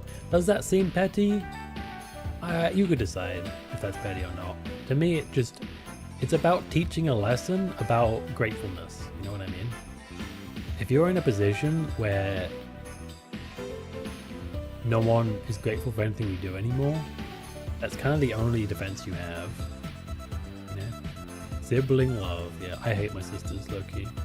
You know what sucks, actually? I love this, like, generic streamer head pat thing you got, by the way, Fab. It's, like, perfect for, like, every situation. Kind of a genius idea. What was I gonna say? Shoot. Actually, you know what's messed up? I know we were talking about dating earlier. Speaking of dating, some people, have this policy where if they have a bad family relationship, they're not dateable kind of thing. And I understand the logic, because odds are if one person sticks out, they're probably the problem. But if you just have a really toxic family, it's like, well, fuck me, I guess. You know what I mean? I gotta pretend I like people that, you know what I'm saying? You see what I'm getting at? I'm trying not to say it outright, but you get what I'm getting at, right? It's tricky. I mean, ideally, you don't want to be with someone that doesn't hear you out, though. So, but you got to get to that point first. To be fair, my family isn't A4 paper, right? Yeah, they don't neatly fit into the bracket that you're thinking of, lady or gentleman, or sir.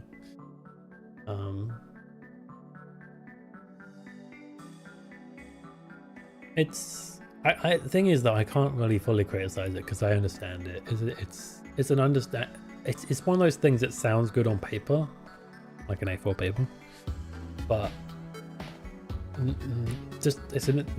there's always exceptions to the rule. That's why I say nothing is black and white, you know? I was a bit of an outlier in my family. My all the females in my family, of my direct family, are like loud, argumentative, that kind of thing. And then me and my dad were always like quiet and polite It was interesting. I wonder, I do wonder if there's like a genetic disposition or if it's a learned thing. Hard to say, really.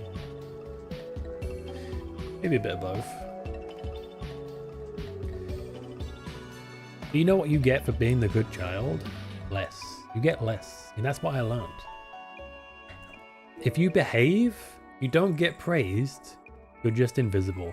If you don't behave, then the few times you do behave, suddenly you're the best kid in the world. You deserve all the treats. You know what I mean?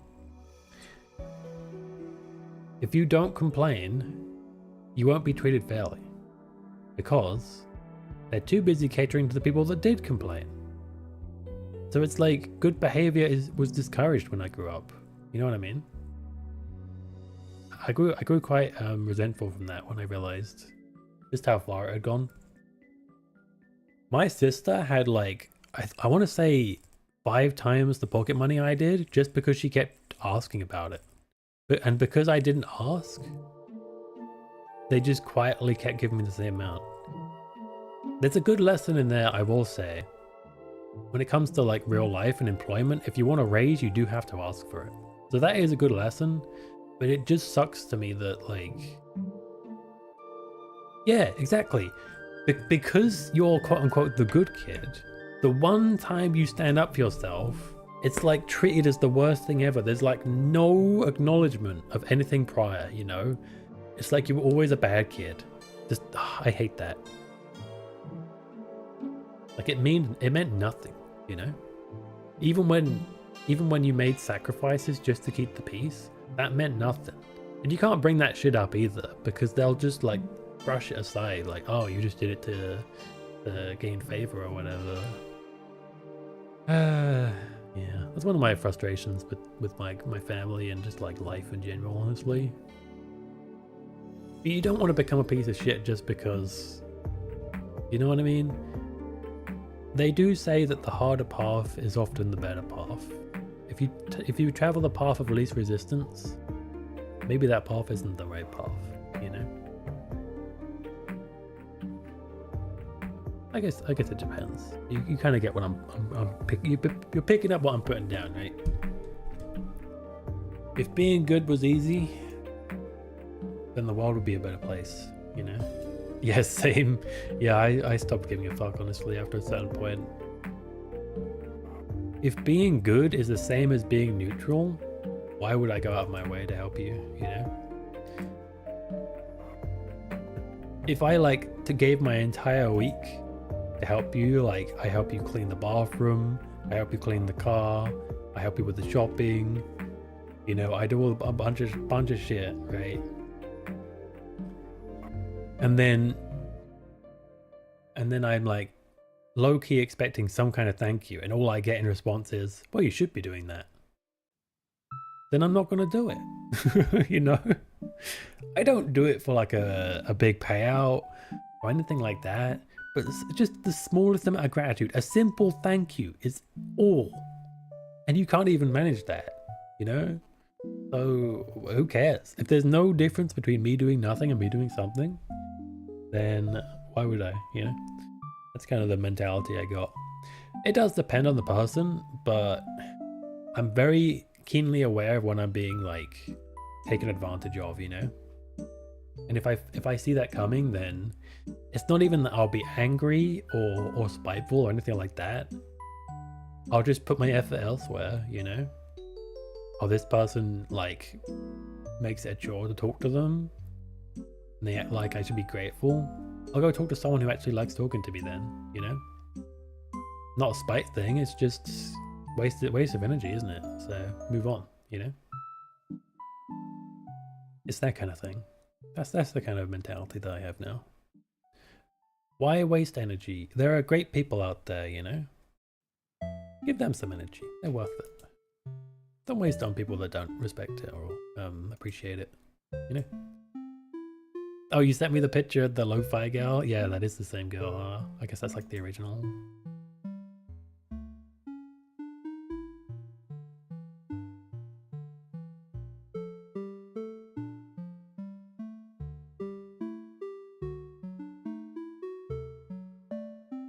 We mature and we learn. You could say that kids are set up for failure in the sense that the biggest lie, I think the biggest lie that kids learn is you need to treat others how you like to be treated. Not because that's a bad rule of thumb necessarily, but because of the implication that if you treat someone well, therefore they will treat you well. That's not how the real world works, you know? You should always open a friendship or you should always act politely towards someone when you first meet them, engage them out, you know? But don't overreach because you don't know if they're worth it, you know? They could take advantage of you.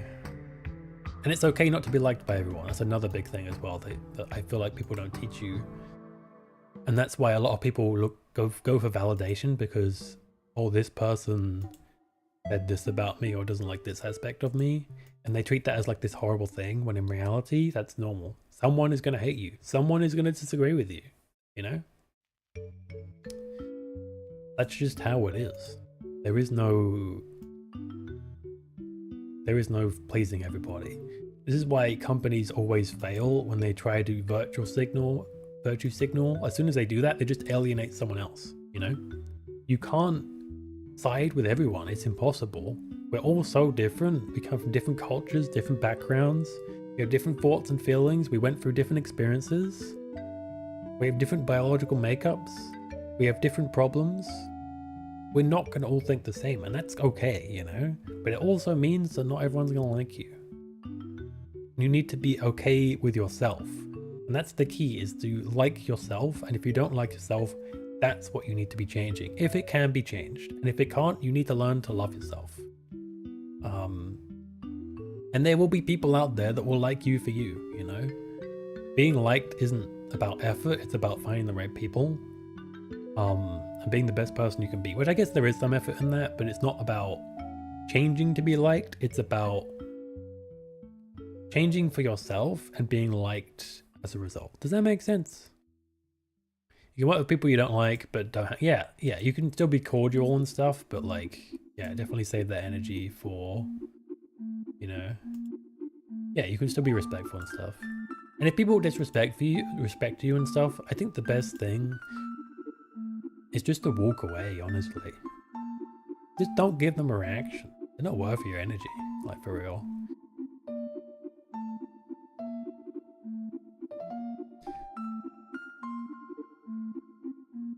Ads are about to start, so I guess I'll go to the bathroom again because I've been drinking a lot. I've been talking a lot, therefore I have to drink a lot. That's the trade. That's what they call cause and effect. I'll be back in a couple minutes. See you soon.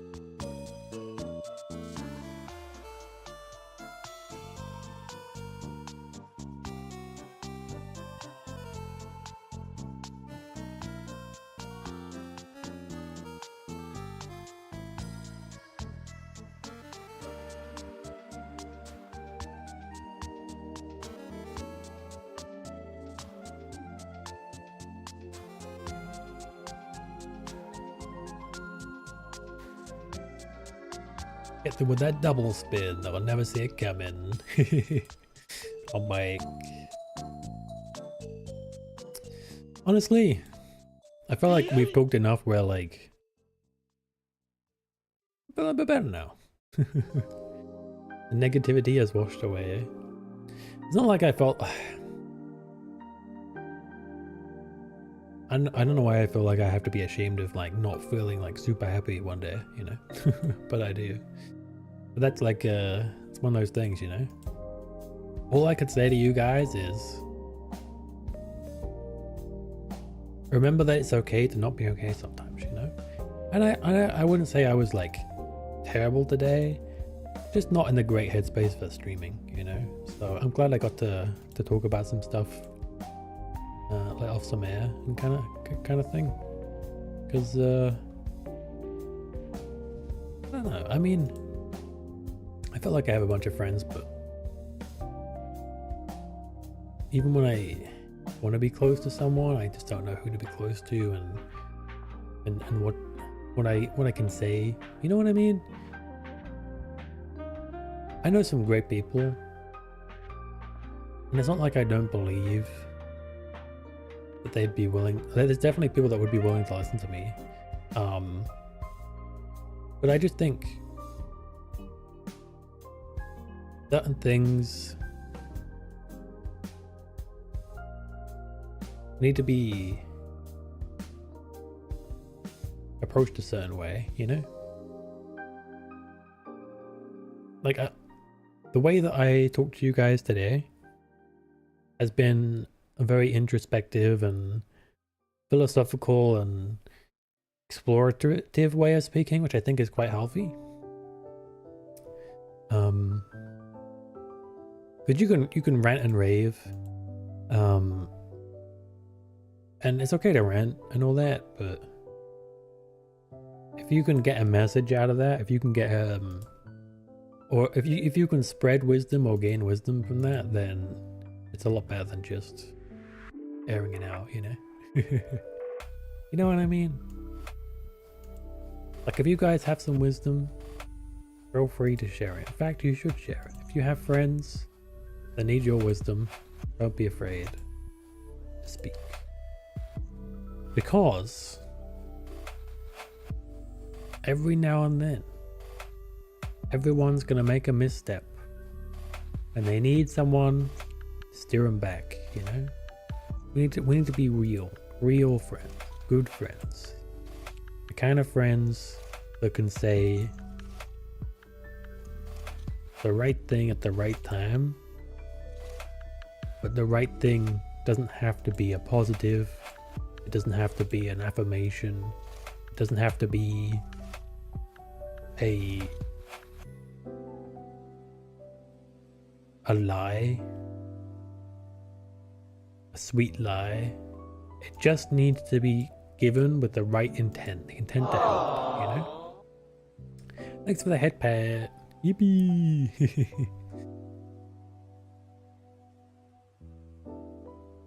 We should play something together, Fab. What was the last thing we played together?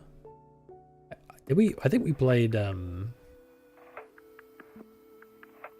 what's it called? Mahjong? We played Mahjong at some point, right? I think. We never had like a repo? Really? I just wanted to do Mahjong with you as well. Bruh. yeah, it was Mahjong, and then way before that was repo here. How you doing, speaker? What's up? We're having a yapping stream today. What you been up to today? You been I guess you've got back from work? How was work? Has work been good? What we tapping about? We yapping, not tapping. Tapping something else. Yeah, Mahjong was just kind of like a spur of the moment thing. Yeah, yap. You know, yappy yappy yappa, blah blah blah blah. Yap. You never heard that word before.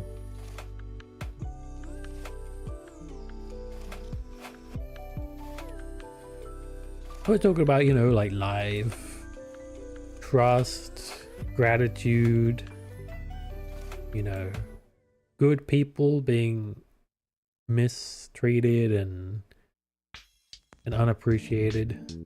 Oh, okay. It's been a slow day. I hate that. Yeah, when you're like tired and everything just feels a little bit harder and the clock just moves a little bit slower. Yeah, that's rough. Not gonna lie. That reminds me of a time where I came to help with some manual labor at an office. But on the day I was ill, and I knew, because my friends didn't trust me very much at this point because our friendship was kind of crumbling, I knew that if I didn't go, they would just treat it as me like being lazy and backing out kind of thing. So I was doing it to help a friend. So what I did was I ran to the pharmacy to get some like stomach medicine, and I just hoped for the best. That shit did not work because I got in my friend's tiny ass car. We went on the bumpiest road ever, which did not make me feel better. Let me just say that. By the time we got there, I like reaching up made me feel ill, kneeling down made me feel ill, moving too fast made me feel ill. I couldn't do anything, dude. And my friend, who was like the site manager, he was trying to find a job that I could do, and eventually he's like, well, I don't know what you can do then. And I'm like, me neither. So I ended up sitting it out and just waiting, unpaid of course. And time moved so slowly, dude. And they were like shit talking me right in front of me. Like, man, maybe if Nanny helped, this would go a bit faster. And I'm like, bruh. I even almost threw up as well, but like, I don't know, they because I didn't throw up, I think they thought I was faking. So even me going was like, it didn't help me at all. I might as well just have stayed home and they'd think me lazy, you know? I would have suffered less and it would have had like no difference to my reputation. Because when we got back, I know, right? They don't, you have to have evidence. Yeah. Where's the proof? Of course it happened. Of course you happen to feel ill on the day you have to go. Yeah, that's my fucking luck for you. Anyway. The conclusion that everyone came to was that I just slacked off.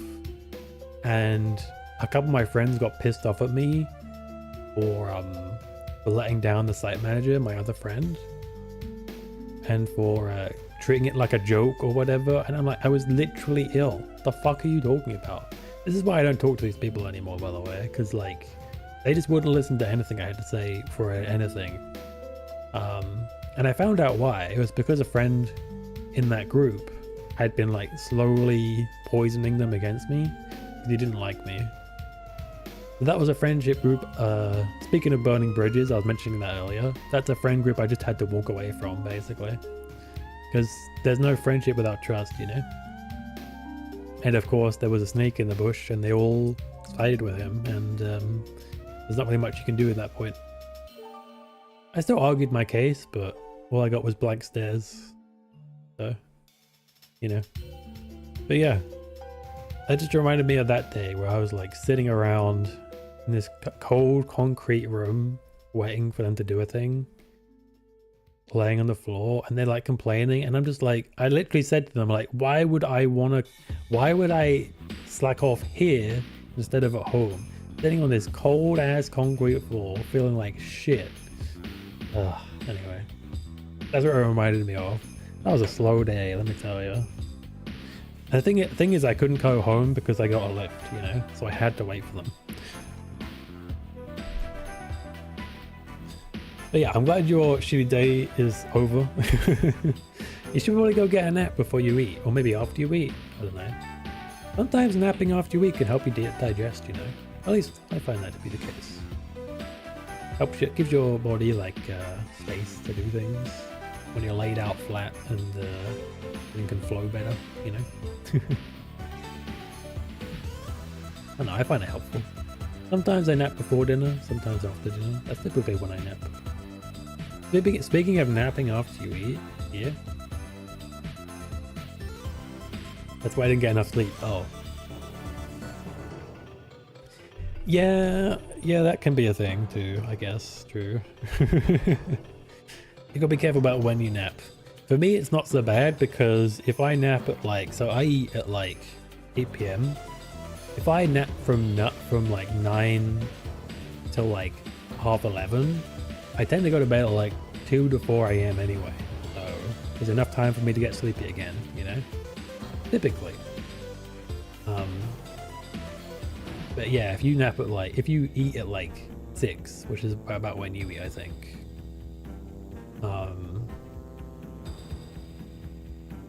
Then yeah, it takes time to feel sleepy again. If your sleep time is like so soon after, because a nap is like a rejuvenating thing. You kind of have to like, if you know you're going to bed early, you kind of have to tell yourself, no, let me just like not. Let me not do that. Let me not nap. Let me just like have some caffeine or something. That's the trick. Have the caffeine or some sugar, and then you'll crash hardcore when it's time to sleep. And then you'll be able to sleep like a baby, like a log. Not like a baby. Why do people say sleep like a baby? If you sneeze near a baby, it'll wake up. Sleeping like a baby sucks. You want to sleep like a log. Uninterruptible, steady, calm, deep sleep.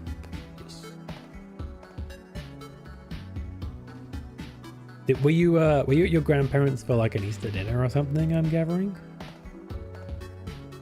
Like a day after Easter, I guess? Sometimes people do like Christmas after Christmas, Easter after Easter, because they have like multiple people to visit and stuff. And you know, grandparents, they be putting out like the big spread. They be putting out all the food. And then you're like, you wonder like, where are all these cakes and like stuff gonna go when we leave? I hope they eat them. I hope they don't just chuck them. They live like 5 minutes away. Oh. On a Monday, yeah. Sunday dinner on a Monday. You'll love to see it. Did you have a Sunday dinner on Sunday, or were you like too busy?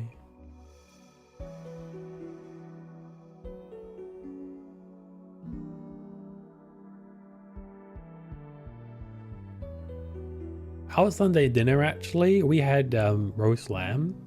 It was a roast lamb that we got for Christmas, but then we changed our mind and had a ham. So we've had that roast lamb in the freezer, like, for 3 months, 4 months, I guess. And we had it on Sunday. It was still really good, though. It was really yummy. Nothing crazy happened. I just had a horrible memory. Nothing crazy happened. Lily just said she wanted to beat me with a hammer, and I thought, hey, that sounds like fun. And for some reason, I can't remember what happened after that. I feel like you would remember if you had a Sunday dinner, unless you're like so used to eating well. Oh, you had lamb too. Let's go. Lamb is so good. If you get to the right place, I guess. The hammer as well, banging. That's right.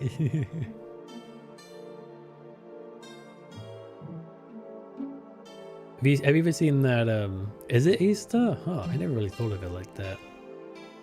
I don't know if we had lamb that often at Easter. I don't think my sisters are a fan of having lamb. It was just me and my mum at the Easter dinner, so...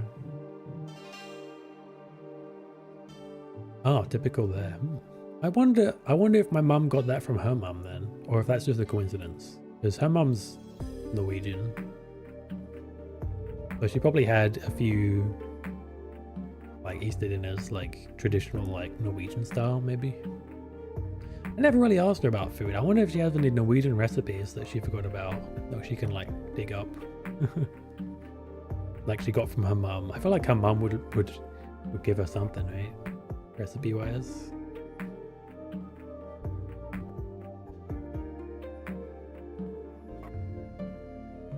So without the capital B, really? That's it? Why? You think it's more aesthetic when it's like not capitalized? I could see that. It's more like whatever kind of vibe. Sure. Well, I guess I get it. Why not? Sure. He could have called it anything. I know, 10,000 points for that. Madman. I wonder if I can refund from this. You know what they should do? They should add an option to be able to refund from the activity feed. That would be so nice. Twitch, do that, please. Then I don't have to go on mod view anytime I want to do it.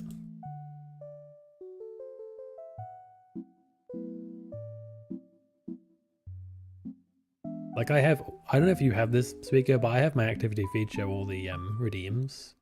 Because some of them are like, I need to see who did it kind of thing. They're like always right in front of me. But the only thing I can do to them is report them. Which I don't know why I would want to do that. Like, oh, this person head patted me too many times in a row. Let me report them. Like, what? These are my redeems. I guess like custom, maybe like custom text ones. But I could just mute or ban or time out, so I don't get it. I don't know why that's a thing. The more I think about it, the less it makes sense.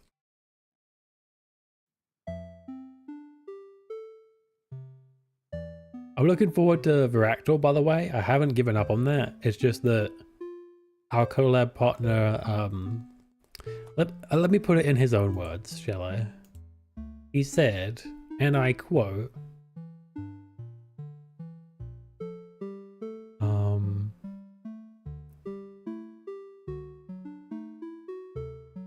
where was it?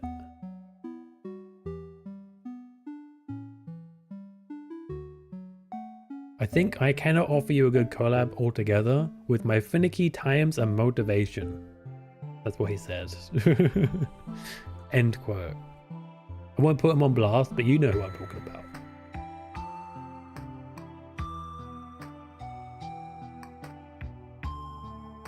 Yeah. He was put off by the price. I think if it was on discount, he would have bought it. But I think that's what threw him off, because he missed the discount. Which I guess I can kind of understand. But that's also his fault for taking so long to like respond to me and agree to do it. I don't know. But I will find somebody. And if we can't find a streamer, we'll just go with a friend, right? To be honest, we could play it with Dino if she actually has time. The trouble with Dino is, though, is her work hours are so chaotic, you know? I love tossing money at random things. Because you got that electrician money. Bada bing, bada boom. Plus you sold all those Mr. Speaker NFTs. Imagine. Are NFTs still a thing? But people still falling for that or no? Dollar, dollar, dollar. Yeah, baby.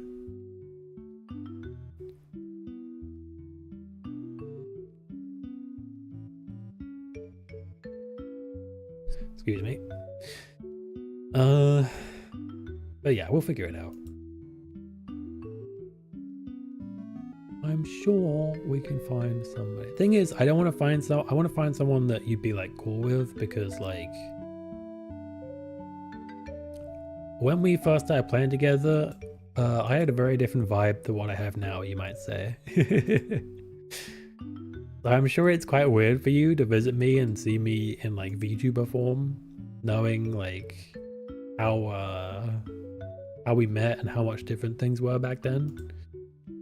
So if I bring like another crazy VTuber over, I feel like I'll overwhelm you, you know? You know what I mean? Like you're not like a VTuber, so it's like a whole other thing. By now I've gotten used to it. I guess that makes sense.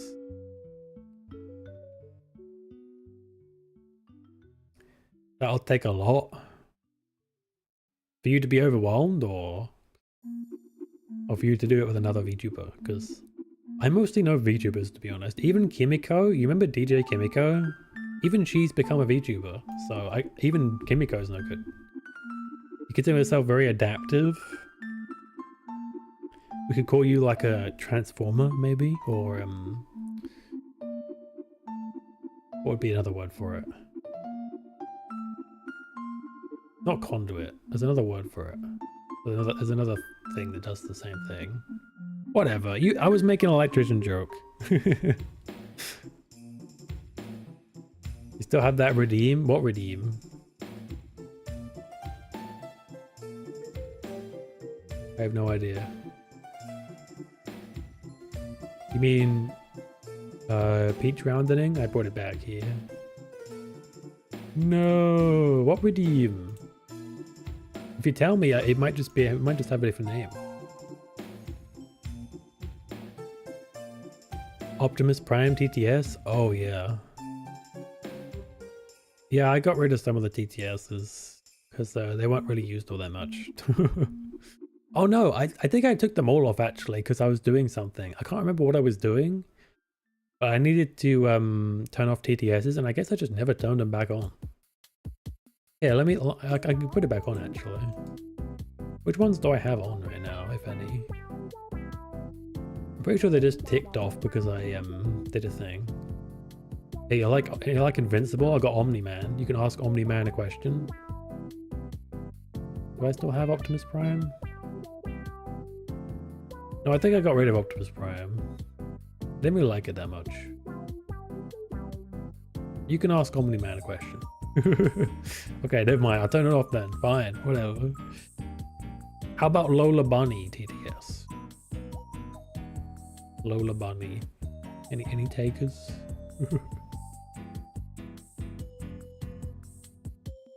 Oh, try this one. Try this one, speaker. It's so... Try the Uwu TTS. The Uwu TTS is so Uwu'd, I can't even understand what she says. That's how crazy it sounds.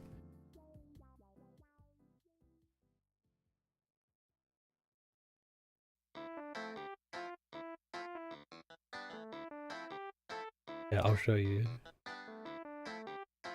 Where is it?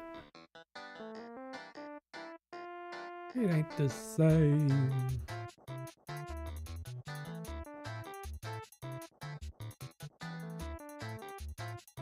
Testing, testing, oh, nya. Oh, that one was kind of hearable. Pack it up, pack it in. Let me begin, yeah. Oh, okay, she's more hearable now, but she does like this weird trailing off thing. Let me do the let me see if I can find it. Let me see if I can find this one meme. I know she does like I don't know what's up with that thing. It's goofy as hell, but I like it.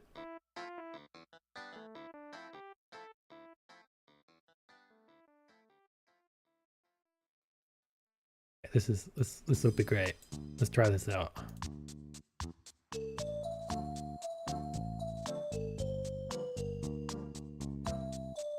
My name is Wato Haldwell White. I live at 308 Negua Awawia Wayne, Albuquerque, New Mexico, 87104. This is my confession. If you're watching this tape, I'm probably dead. Muted by my Bwathuanwal Hank Shwado. Hank has been biting a meth empue fowl over a yao nyao and using me as his chemist. Nya. Yeah. Probably. It's so stupid. Yeah, you can have that one. Actually, I think I need to turn that one off because I never hear it when it's actually stream time. That's a big reason why I stopped using it. Actually, it's like hard to hear. It's like so quiet.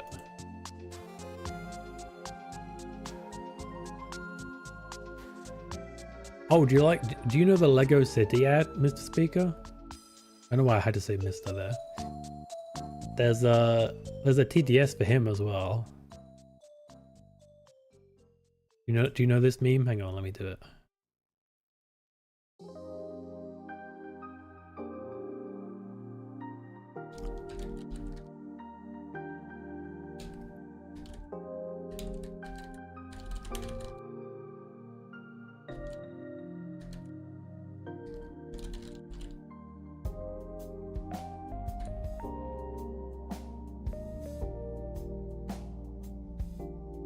A man has fallen into the river in Lego City. Build the rescue helicopter.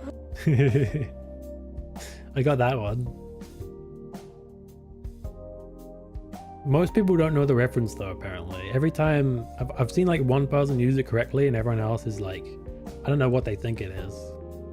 But they don't realize it's the meme, I guess. I love that it's a thing though.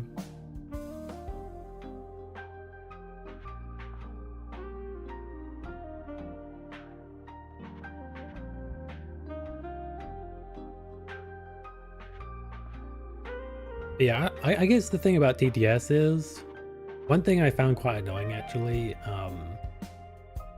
is, you know how you're like playing a hard part of a video game, or you're really invested in the story, and then you can't hear the cutscene because all you can hear is like Omni-Man talking about booty cheeks or something. Like, come on, man. I'm trying to enjoy the video game, you know? It's one thing to play like a blurb, but it's another thing to have like a paragraph of text from Omni-Man about booty cheeks, you know? I think that's part of the reason why I turned it off.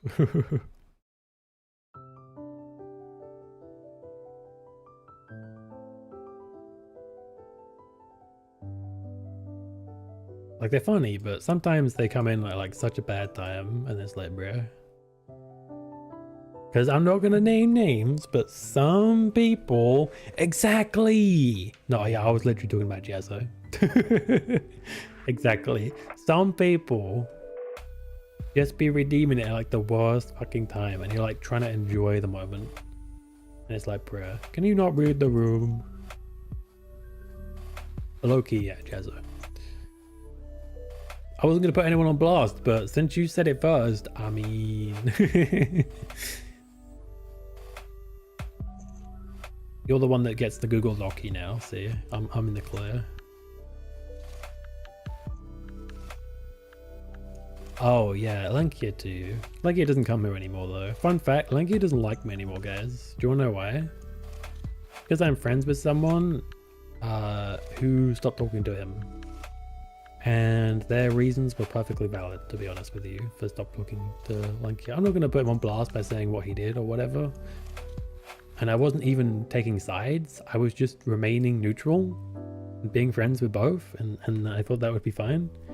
But he didn't like that I was hanging out with them, so he blocked me on everything. So you won't be seeing Lankia here anymore. I can tell you that much.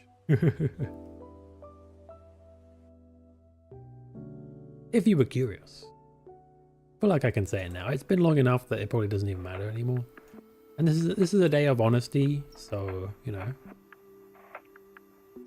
I'm not like torn up about it or anything, don't worry. But it's drama. I don't like drama. It's last year's drama anyway. I said to Francis, me and Francis had this agreement where we would have no drama this year. So I have to avoid getting in any drama. Even if someone else drags me in like that, like they did. I'm just going to pretend it didn't happen. And then, boom, no Google Docky, no moist critical nanny situation is crazy video, none of that, you know?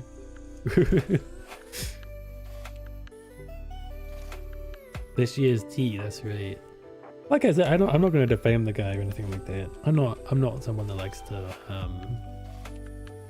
you know, talk shit about people. He has his own shit going on, you know. I'm not mad at him. I was disappointed, but I'm not mad or anything like that, so. And like I was saying earlier, rather than wasting your energy on negative things, it's better to just put energy in people that give you good energy back, you know what I mean? Spend your energy on positive things and just move on, you know? That's been my policy of late. I used to be quite spiteful, not gonna lie. I used to take what's the word I'm looking for? I used to take my revenge, as it were. I used to throw it back at people, but eventually you learn that it's just not worth it, and you're better off just moving on with your life, you know? Yeah, and it's the adult thing to do as well, I feel. Like that friend group I lost, I was pretty bitter about that for a while. But you know what made me feel better, actually? I realized I didn't really like them all that much, and they were never really that great friends to begin with. And then when you see it that way, you begin to change your perspective and start to feel like maybe if things fall apart like that, maybe it's a blessing, you know, in disguise. It's better to move on, and it gets you out of a toxic situation, you know. Honestly, in a way, it was like I got a get out of jail get free card. I got a chance to get away from a group. Because the problem with like, these were like school friends. The problem with like school friends and stuff like that is like, oh, we've always been friends. We have to stick together. But like, people change, and sometimes the only thing holding you together is like circumstance. You know what I mean? Also, no Arctic. I did read that, by the way. I'm just on a spiel right now. You're gonna have to try real hard to get in a Google Docu on me. Let me tell you. I'm so nice. Yo, what's up, June the King? Be sure to put this in the video. Hi. You ever seen a June the King video, guys? It's like how the story of Boogie 2988 falling together. Yeah, it's a similar thing. Like whatever it is that may have brought you together, sometimes, like whether it's blood or circumstance or just old bonds that people don't want to let go of, sometimes you just have to like step back and think about what those people actually mean to you and what they bring to your life. Because if all they bring to your life is drama, suffering, or whatever, then, you know, why are you holding on so tight? You know what I mean? Yeah, family are the people that care about you. I fully believe that. I mean, there's a reason why I said my mom is Norwegian, but I never said that I was Norwegian or even part Norwegian. Because my mum was taken in. That wasn't her birth mother, you know what I mean? And I think she would safely say that she would love that mother a lot more than her birth mother. Somehow. It's almost as if blood doesn't mean that much after all. Yeah. I had this one friend who like was just so insufferable to be around. Like, I have nothing against the guy, but he was just like so stubborn, so needy, and so like toxic to be around that even when I tried to leave amicably, he just got pissed off at me like, why would you give up on a friendship? And it's like, you don't understand, there is no friendship left. Like everything that you think is good about the friendship is me bending over backwards to keep you happy. You know what I mean? But he couldn't understand that. He's like, okay, why not fix things? And it's like, if we could fix things, we would have been fixed things. You know, it's not like I don't bring this stuff up to him and stuff. Like, can we play something other than Call of Duty? Can you not like get so irate at me over a little thing like this, etc., etc.? Like, you point these things out and things don't change. And at some point you have to realize that you just don't gel as people, you know? And it can't be one-sided, yeah. You can't just be bending over backwards. You gotta put in the work, you gotta... And even if you do put in the work, like, there's no guarantee that that friendship is gonna work out, that relationship, whatever it may be. Hell. Some people, the best they can hope for with their family is just to be, like, polite to each other. You know what I mean? Like, that's how big the clash is. Like, that to them is a huge thing, because that's the best they've achieved, because that's how different they are as people, you know? So it's like, yeah, you can't fight everything, you can't win every battle, you can't keep every friend in every relationship. Sometimes you gotta walk away for your own sake, and for their sake sometimes as well. In fact, sometimes there's people that you want to stay with that you know that you're the problem and you need to walk away.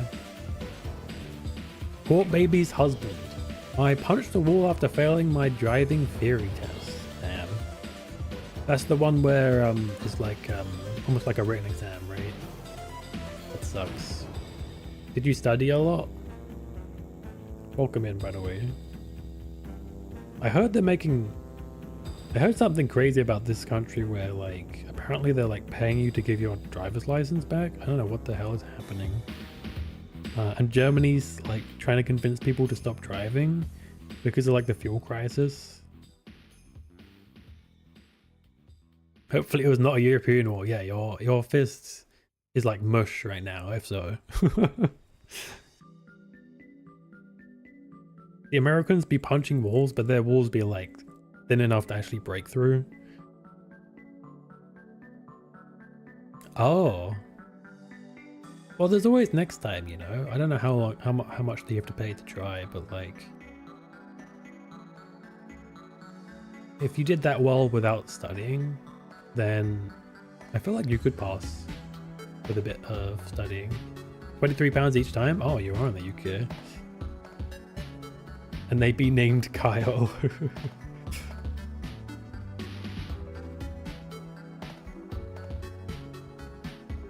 £23 isn't that bad, honestly. I know it's a pain, but like, there are some things in that test that you can't guess. There's some crazy signs out there that they want you to like, what does this sign mean? And it's like a sign you've never seen on any road in your entire life. But legally speaking, you have to know what it is. Just in case of that one like road in the middle of nowhere in the UK, you see that sign. Like some of them you really have to like revise for, because it's just like, yeah.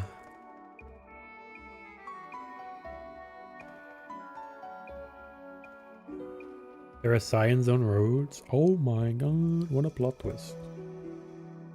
It would be £83 I spent for just for theory tests.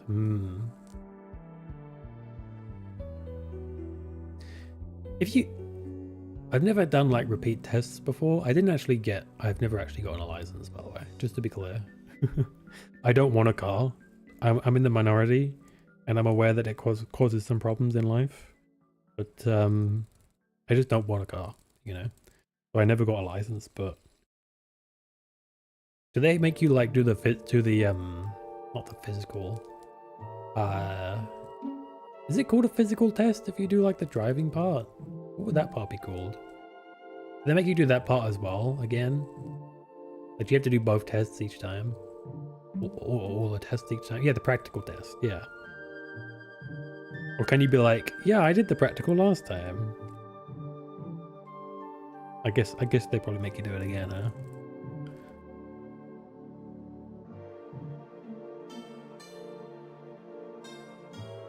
I wonder what, you know what I'm curious about. You have to redo them all? Yeah, that makes sense. I wonder what the ratio is of people failing because of the theory versus the practical. I bet theory is like way more fails, right?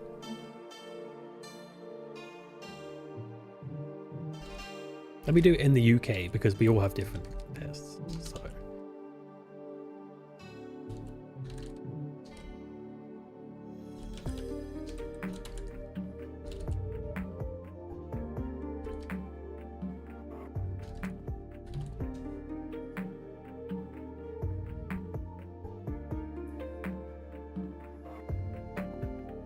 Over half. Okay.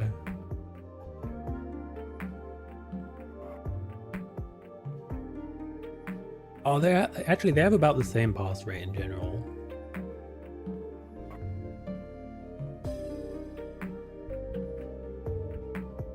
There doesn't seem to be a correlation though. Seems like it's about equal.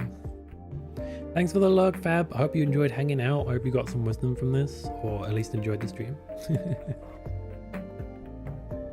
And I wish you a very sexy AI girlfriend slave owner. What? Sorry. It's a reference to an LA joke. 44 pass mark? Yeah, I mean, they do say as well that the UK exam is harder than the US one, apparently. I wonder why.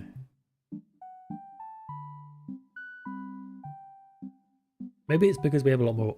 I guess it's fair because we have a lot of tighter lanes and stuff. Like, for people that haven't been to the UK, the craziest part about the UK driving, for like people that haven't been here before, especially, is there are country roads that go for miles and miles with only one lane. And if you go down that lane and someone else meets you, one of you's got to back all the way up or find some kind of like gate or something to stop at so we can get past. Or you just got to like take scratches in your car to get through the bushes. Like, it's rough. Okay, thanks for the look. And those lanes are crazy, dude. I would never want to drive up those. So scary. Not even like the inconvenience, but just like people often like former friends of mine all sped up on those roads, and it's just scary to think that like you're going down a country road and someone else could be speeding at the same time, and suddenly bam, you're both in front of each other. You have like no time to react, you know? Even if only one of you is speeding, if there's like a corner, if you're speeding, then again, if you're speeding around a country road corner, you're kind of asking for trouble, right?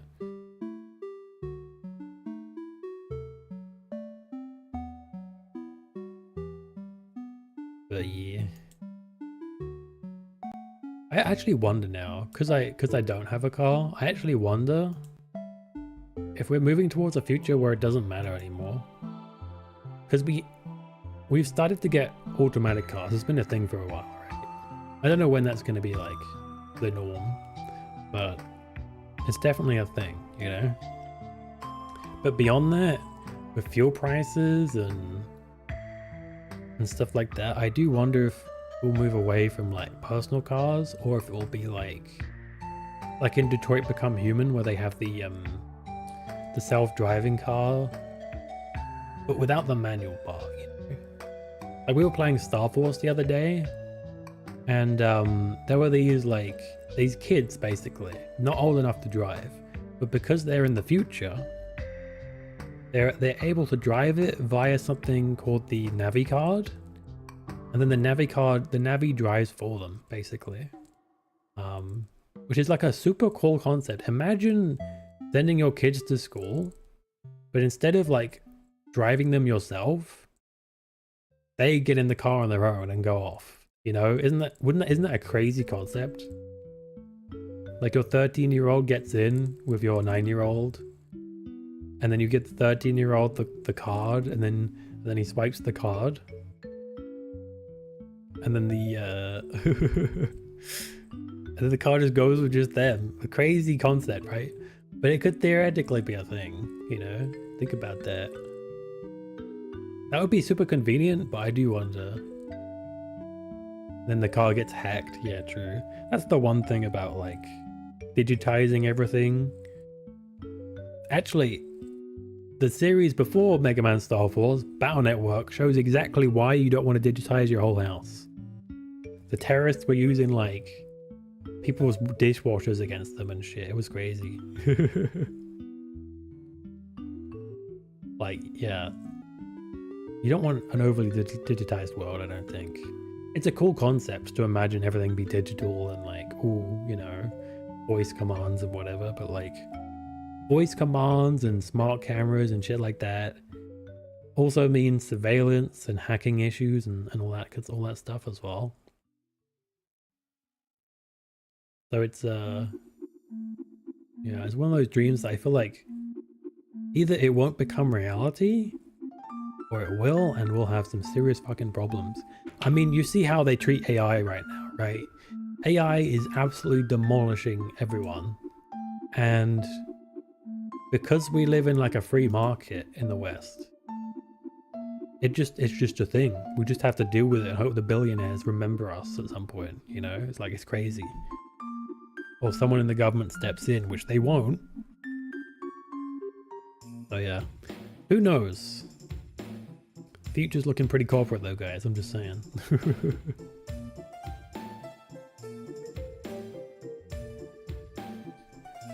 I wonder if she's still streaming. Let me go following.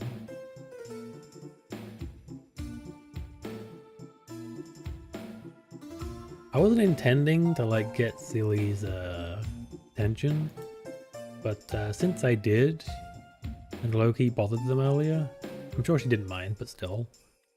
Let's raid Seely. She's playing I don't know what she's playing. It looks like Mario 64. I think it's the Mario 64 DS port and she's playing as Yoshi. Maybe? But yeah. Please do join the raid. You get free egg shards and you can decide when you get there if you want to stay or you want to go. Yes, it looks like the DS one. Just like from the pixelation and stuff. Seely's pretty cool. I'm sure you guys will enjoy her. And hey, you can just go in for the egg shards and then eat, you know, if you want to.